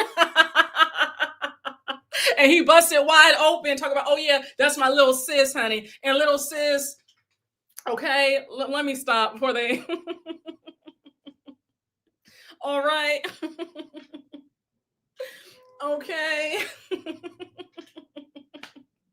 What? I'm just telling the truth. Wait a second. Now y'all are mad at me in the chat.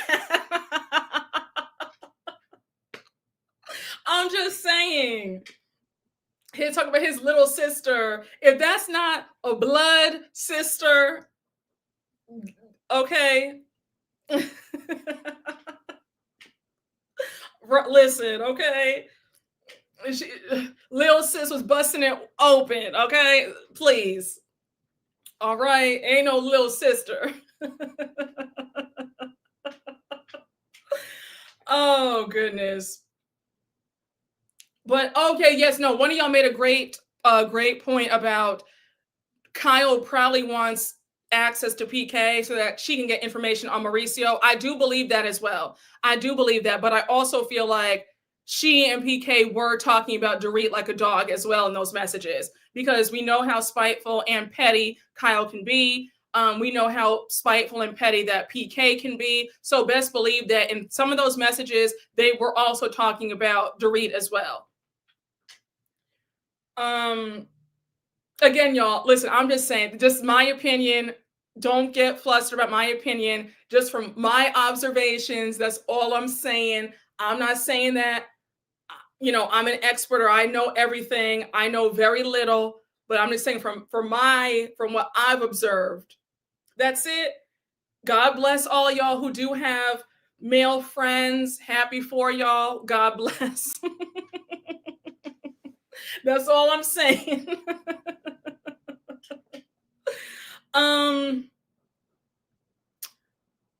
So, okay. So they're still talking. Dorit makes it clear, like, look, girl, I need you. You need to be my friend. You need to be riding with me. I don't need you playing both sides and still being friends with him. She says, Kyle makes it clear that she didn't know anything, and that her texting PK was not her choosing to take sides. So she says, by the way, PK has never said anything bad about you. I certainly would never talk badly about you either to him in a million years. I hope you know that. Now, I don't believe that. You guys don't believe that either. But Kyle, for the sake of the conversation, all right. So, excuse me. So Dorit says, this comes back to, if we're friends, I expect you to give me that same respect. So then she says, I just want us to get to a place where we can have conversations where we can tell each other how we feel. So Kyle says, I would like that too. And now Dorit says, let's start earning back trust. So Kyle says, I did not think that it would be so difficult to maintain friendships with both PK and Dorit, because when me and Dorit would get into it, I'd still be friends with PK. I was always able to maintain our friendship. But Kyle, that was a different story, because y'all were all friends. You guys were all together. You and Mauricio were still together. Her and PK were still together. So they are now separated. You're now separated. So just stop texting PK. Jokes, memes, just stop. That's it. But she says, if Dorit does not want that, I'm fine with that. I just want to put this behind us. And then she goes on to say, I feel bad for PK, but I understand, and women have to stick together. Why are you feeling so bad for PK? I just want to know, where is all this sympathy coming from? Because I thought it was real nasty of you to downplay Dorit's experiences with that man when she told you, he talked to me poorly. He was a different person. And you were like, oh, well, he's not here to defend himself. I never saw that side of him. It's just like, are you okay? It's giving very much pick me and male centered, because why are you so quick to side with this man over your good friend? It's weird. So now they hug it out, and now they join the rest of the women, and now they have now it's time for them to have some lunch on the beach. So as they're eating, Garcelle starts playing a game at the table, and she's asking them questions. I think the first question was like, what's the most embarrassing thing that you can say to the waiter? And then she goes on, the next question is, what would you do for $1 million? So now they bring up that movie Indecent Proposal with Demi Moore. And they're like, oh yeah, that was when that guy wanted to sleep with Demi Moore. And like, she was married. Like, he was going to offer her money. If you've seen the movie, you know the plot. So then Bose was like, well, would you do that for $20 million? So Erica's like, hell yeah. So now Bose says, okay, but what if your man had to sleep with somebody else for $20 million? Would you still do that? So Erica's like, yeah, girl, like, we want the money, like, absolutely.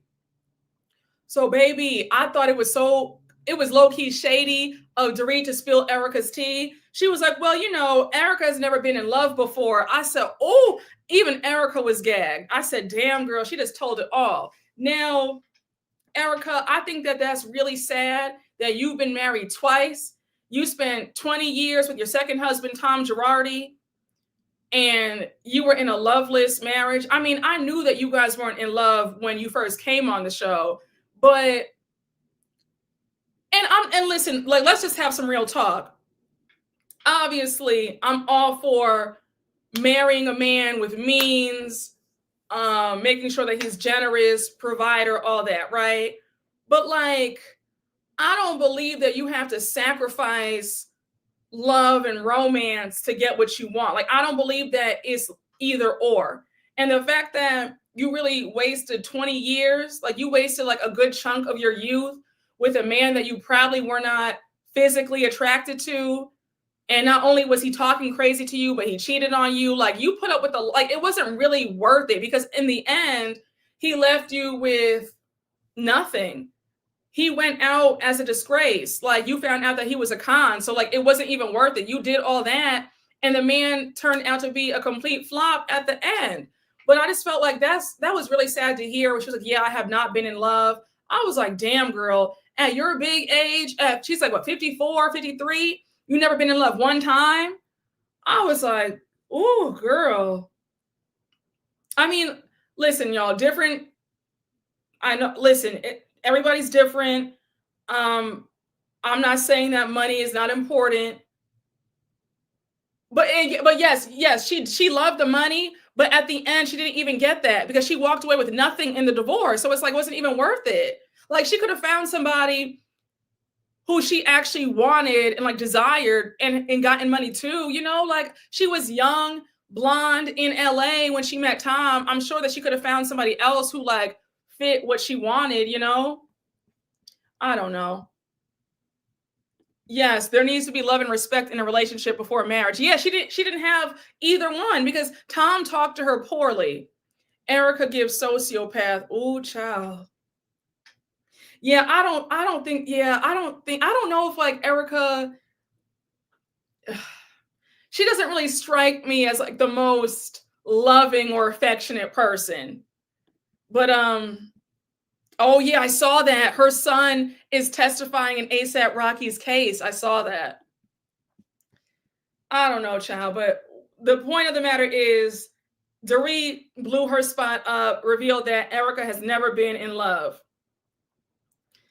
So she says, so Erica says, oh, and I saw Erica on the after show, and they were asking her like, what does she want in a man now? And she was like, oh yeah, you know, I like him tall, dark, and handsome.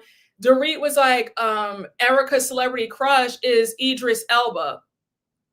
Like, and they were saying that she was dating one of her dancers, so I wasn't surprised to hear that.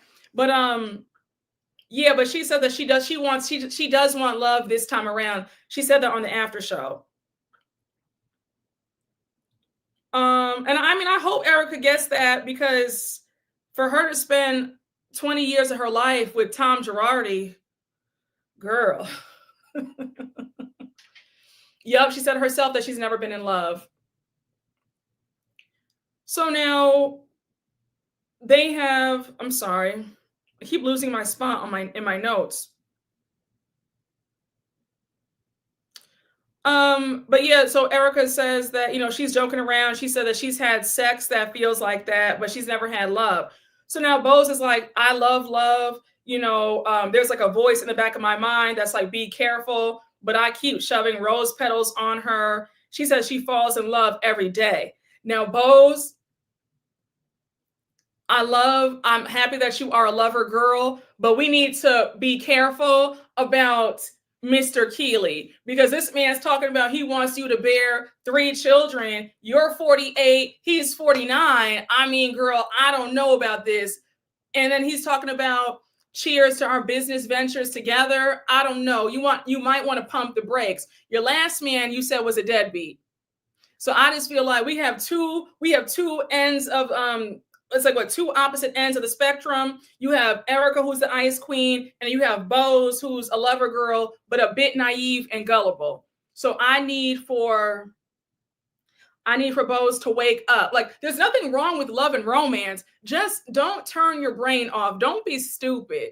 If somebody is showing you red flags, please go. Like, I don't know. I just feel like there needs to be a balance. Yes, there's nothing wrong with romance and all that good stuff. It is fun. It is sexy. Don't let anybody tell you anything different. But like, we can't be stupid. We cannot allow men to run game. A man is showing you warning signs. You need to pack your bags up and leave. You know what I'm saying? Like, let's not get so carried away where we're just making dumb decisions. And I want Bose to wake up when it comes to Keely. All right? Get your hands from around Keely's neck.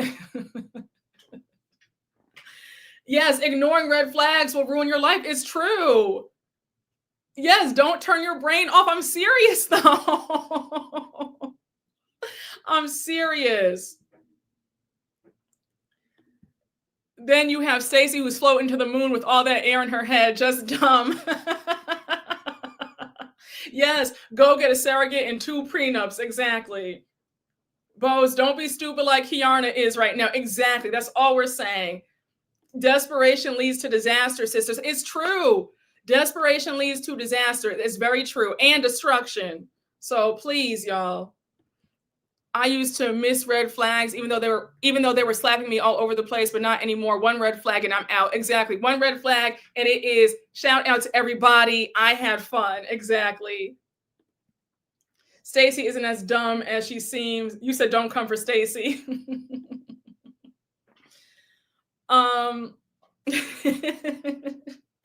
Y'all have me screaming in here. But yeah, I mean, I thought it was cute. We have Garcelle asking about Jennifer Tilly about, is she in love? And Jennifer Tilly says every other day, she has a boyfriend.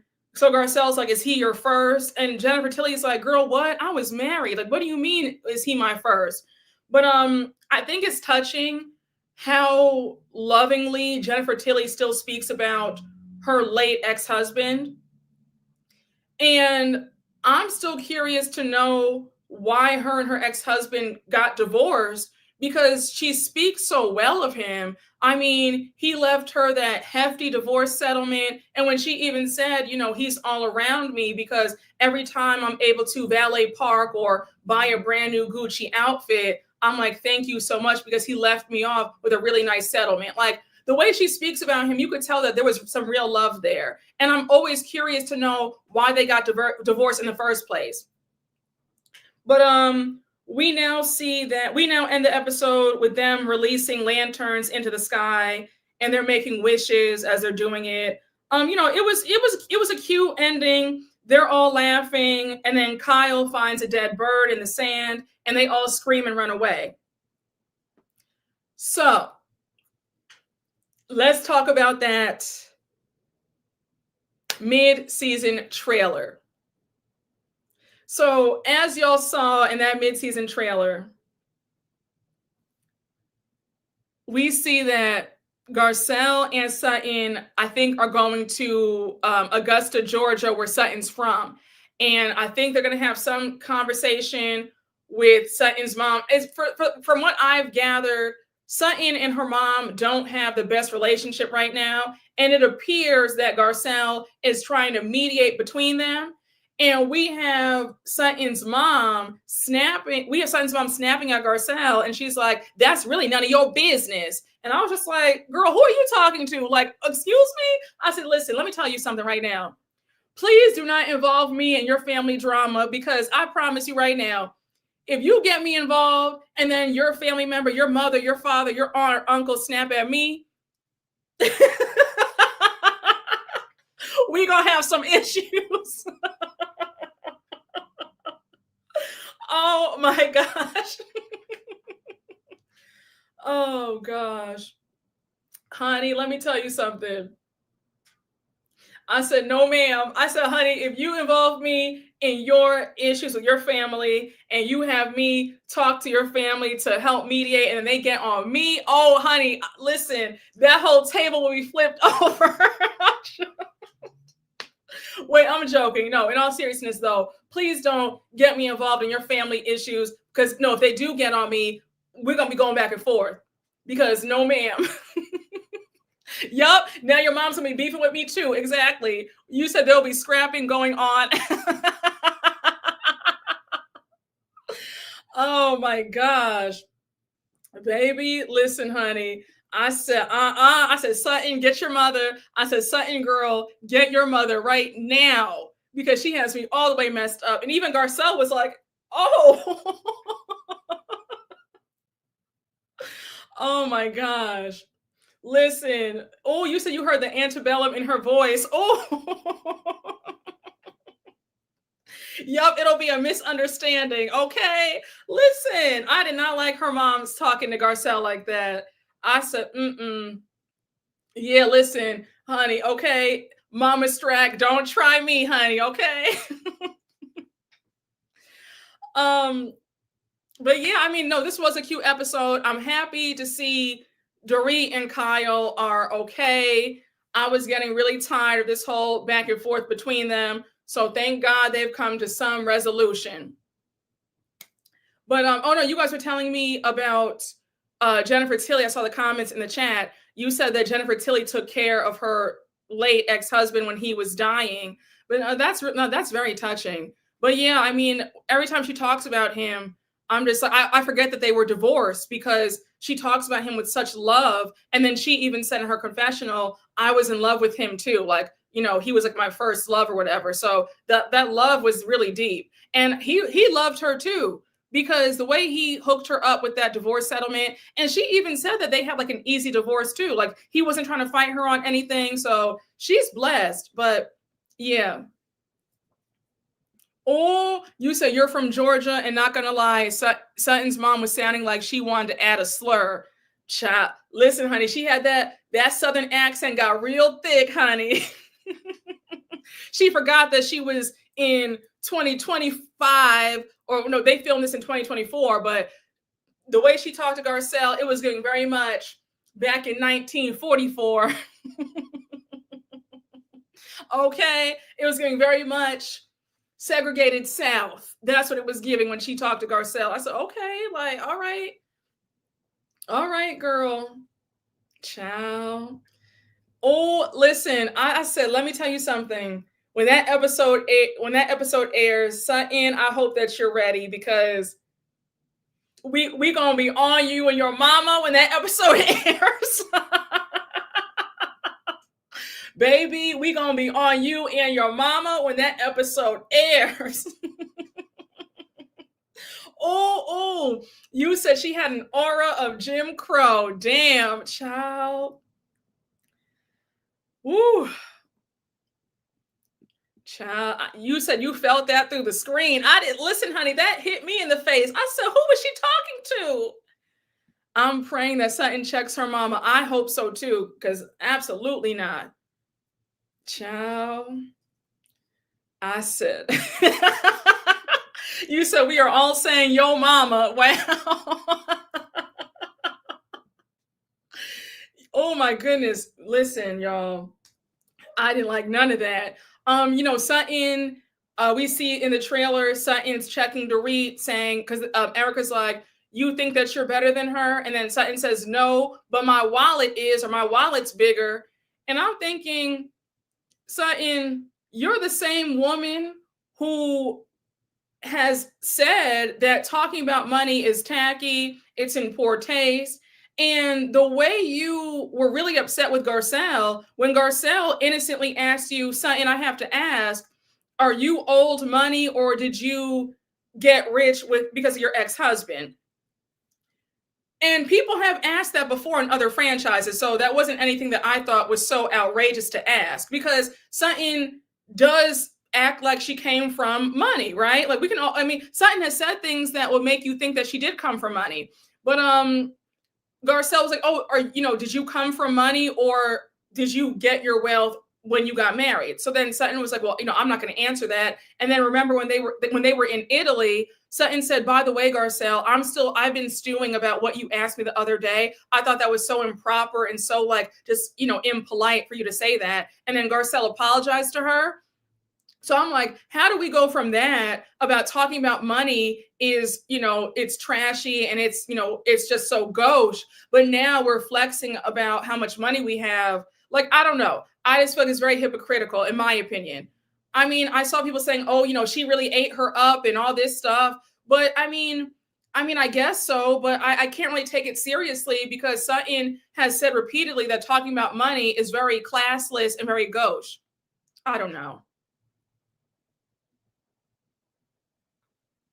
It was a read. It was a read. I can always give credit where credit is due. I can always give credit where credit is due. But I do think it's funny though that the same woman who does not like talking about money is flexing about her wallet. That's all I'm saying. But the read ate. Like it ate. But again, I just thought it was interesting. Not Sutton saying her pocketbook is bigger. I need to know who she's talking about. She's talking about Dorit. So also wait, so it's clear that Dorit and Sutton have their beef all season long then. So there's no resolution with them at all because they're still trading shots on the after show. Sutton's flexing about her money to Dorit. So yeah, they're not going to be friends anytime soon.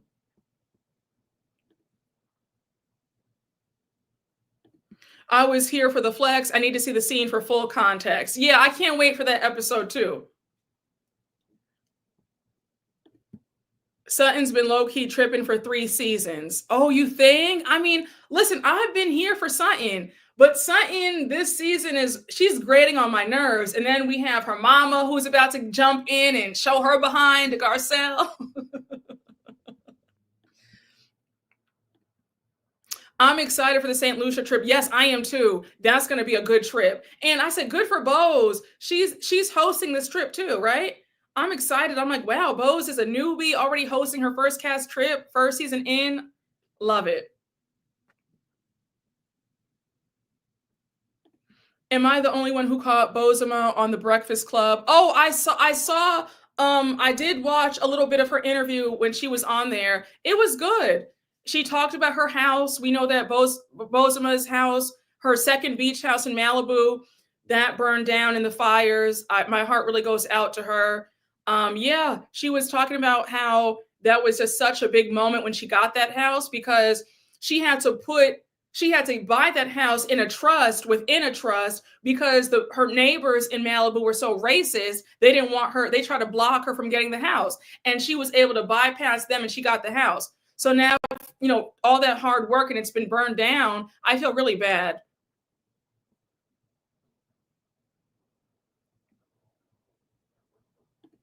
Sutton's from Columbia, South Carolina. She says she's from Augusta, Georgia. I never heard she was from Columbia, South Carolina. She does not come from wealth, old money. She married well. We'll see when we see more of her mother. I grew up there. She's what my grandpa called nouveau riche. I thought Sutton said she was from Augusta, Georgia. Yeah, I felt so bad for her losing her home as well. I felt really bad. Didn't Sutton's mom tell Sutton not to cry over her dad who died? Yes. Yeah, yes. She said, because I think her mom and her dad, were they like separating or there was something going on between her parents? So like her mom harbored some ill will towards the dad. So she was mad that Sutton was crying over him. Yeah, it was yes, something of that, of what you're saying. Yes. I think she did tell Sutton not to cry over the dead. Yeah, there's a very weird, chaotic dynamic between Sutton and her mom. I feel really bad for Sutton.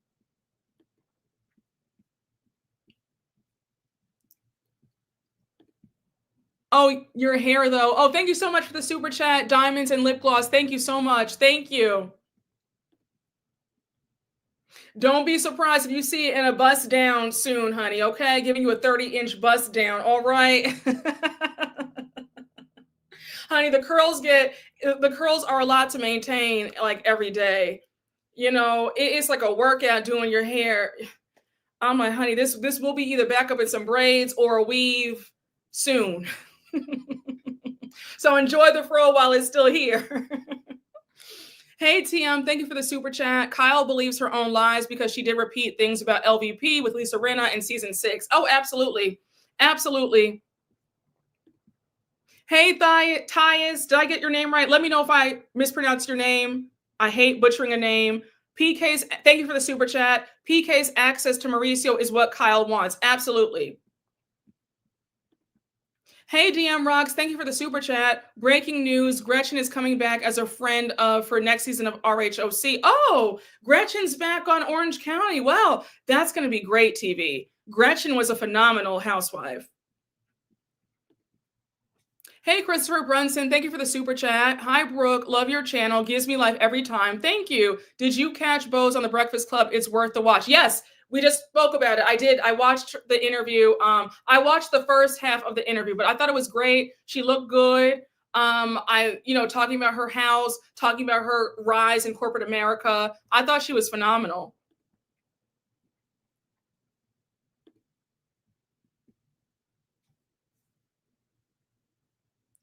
Not Gretchen. Oh, you don't want Slade? Oh, you guys don't want Gretchen or Slade? Well, listen, I liked Gretchen a lot. Now, wait, can we talk about something? I'm going to be quick. I always forget that Gretchen proposed to Slade. Do you guys remember that? Her last season on the show when she proposed to him? Young, if you follow me on Twitter, if you stop, like the ultimate in desperation.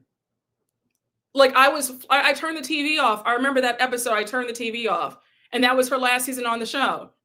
Gretchen, I don't want to see any stunts like that when you come back.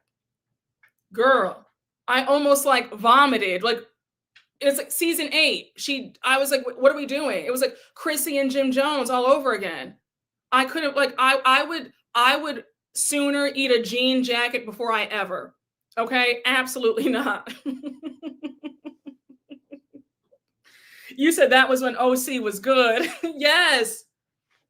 A mess. A hot raggedy mess. Oh no. Absolutely, honey. I will eat a jean jacket with barbecue sauce and bleach. I will count every grain of sand before I ever. Okay, I will cut the lawn with a pair of scissors before I.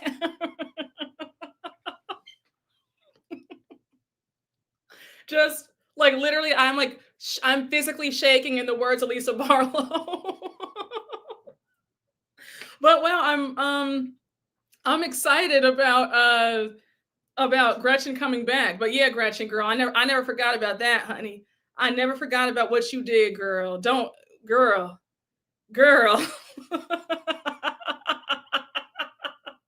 Listen, honey, I will mop. What did they say? They said what's the other thing? They said I'll mop the ocean. Okay, I will mop the ocean before.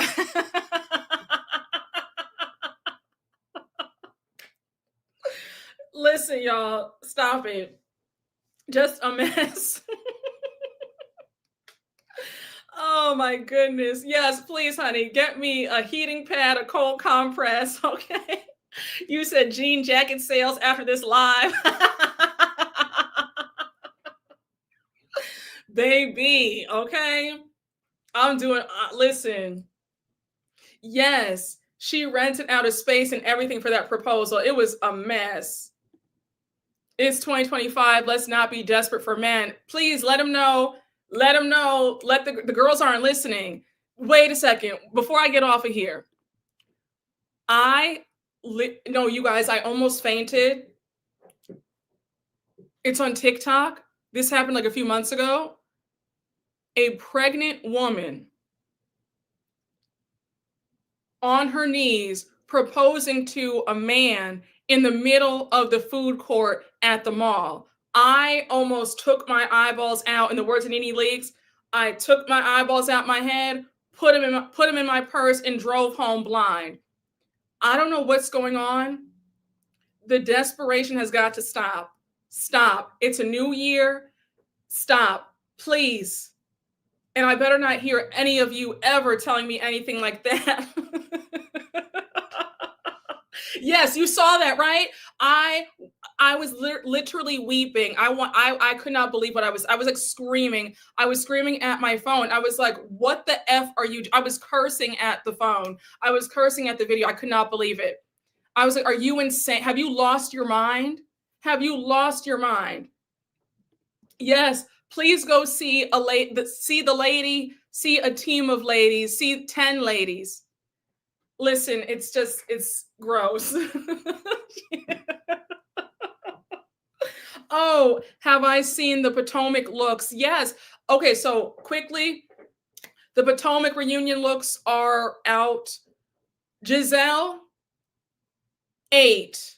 This is Giselle's best look to date. Wendy looked good. Kiarna looked good. Stacy looked great. Mia was giving Kris Jenner. Jacqueline, that was the best Jacqueline's ever looked. I said, Jacqueline, okay, like, good for you. We know Karen's not there. She skipped. Oh, did I miss anybody? They showed Jazzy's look. Jazzy looked good. Yeah, but yeah, I think, oh, Ashley, that's one of Ashley's best looks too. But Giselle, I think Giselle devoured. Giselle gave the best reunion look, in my humble opinion. The dress, the hair. Giselle was tired of us talking about how she can't, dress and never gets it right. But this reunion look, she killed it. She killed it. Yeah, their best looks collectively. Their best. I thought Wendy looked good. Karen wanted no parts of an interrogation.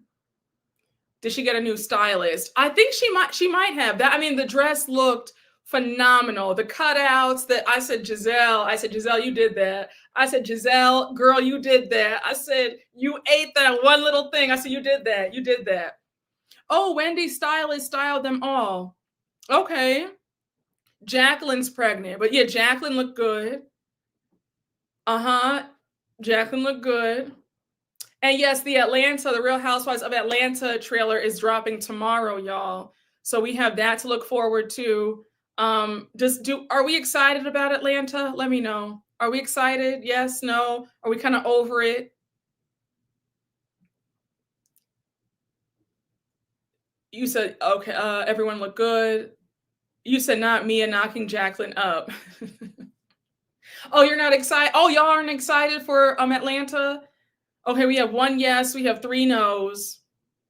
Nervous, but yes. You're intrigued. Okay, no. I noticed Bravo tagged everyone but Kenya in that RHOA post. We're hoping for the best, but preparing for the worst. I get it. I'm not excited, but I'm still going to watch. I don't think the network is excited about Atlanta. Okay, we have thumbs up. I'm excited. No excitement. Yes. Me twerking on the fence. I'm excited for the trailer. Okay, we have nope.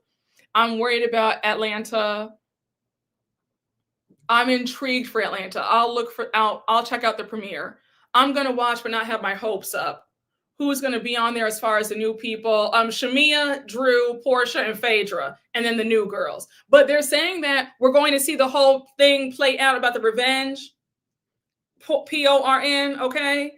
I said, do we know? I feel like every season, every franchise right now is trying to give us a little Pornhub Brazzers tea, because we have the revenge P from Kenya and the new girl coming this season. Kyle and Morgan, Jacqueline, Mia, and Ashley on Potomac. It's a lot of, X-rated material. Yes, it's their Brazzers era, exactly. Oh my gosh. No, so Kenya's not going to be on for the last half of the season. We're going to see her leave the show. Like, she said that, and even Andy said that we're going to see the whole thing play out about we're going to finally see what happened at her hair salon grand opening. It kills me every time you say Brazzers.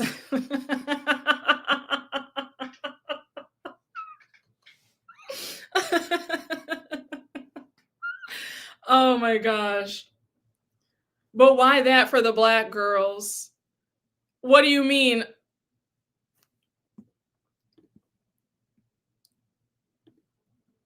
Oh, it's X-rated material. That's what it is. It's a site. It's like Pornhub. I would say don't Google it at work or your work computer or your work phone. Do it on your own time, incognito. Don't be around anybody unless you like that sort of thing. Yes. Tell the people, yes. I was kind of excited to see if there was going to be Portia Kenya duo, even if just for the show. I mean, they said they got along in the earlier before Kenya left the show because of what happened. But I think we're gonna see. I think that Kenya's in like the first 4 or 5 episodes, and we're going to see her and Portia hang out at least in one of the episodes.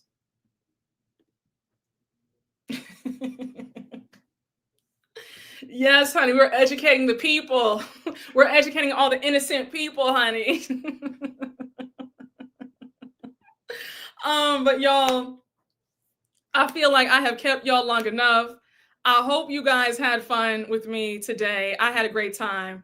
We're gonna chat about SOC tomorrow. I'm gonna see if I can try and pop out an Atlanta trailer recap quickly, but I'm going to end it right here. Thank you all so much for watching. Thank you all for the love. Shout out to the moderators. You guys are always fabulous. Thank you. Thank you for everybody who super chatted. You guys are all very kind, but I'm going to leave y'all. I love y'all. Oh, the Roni reunion. I don't know. I might do like a double recap for them, but yeah, I didn't love this first part of the reunion. I'm not even going to hold you. So maybe we'll do a cute live double recap for Roni, but I can't promise you that. All right. But I will see you guys for Salt Lake City. And with that, thank you guys again. And I will see you all later. Bye guys. Thank y'all. Y'all are always a good time.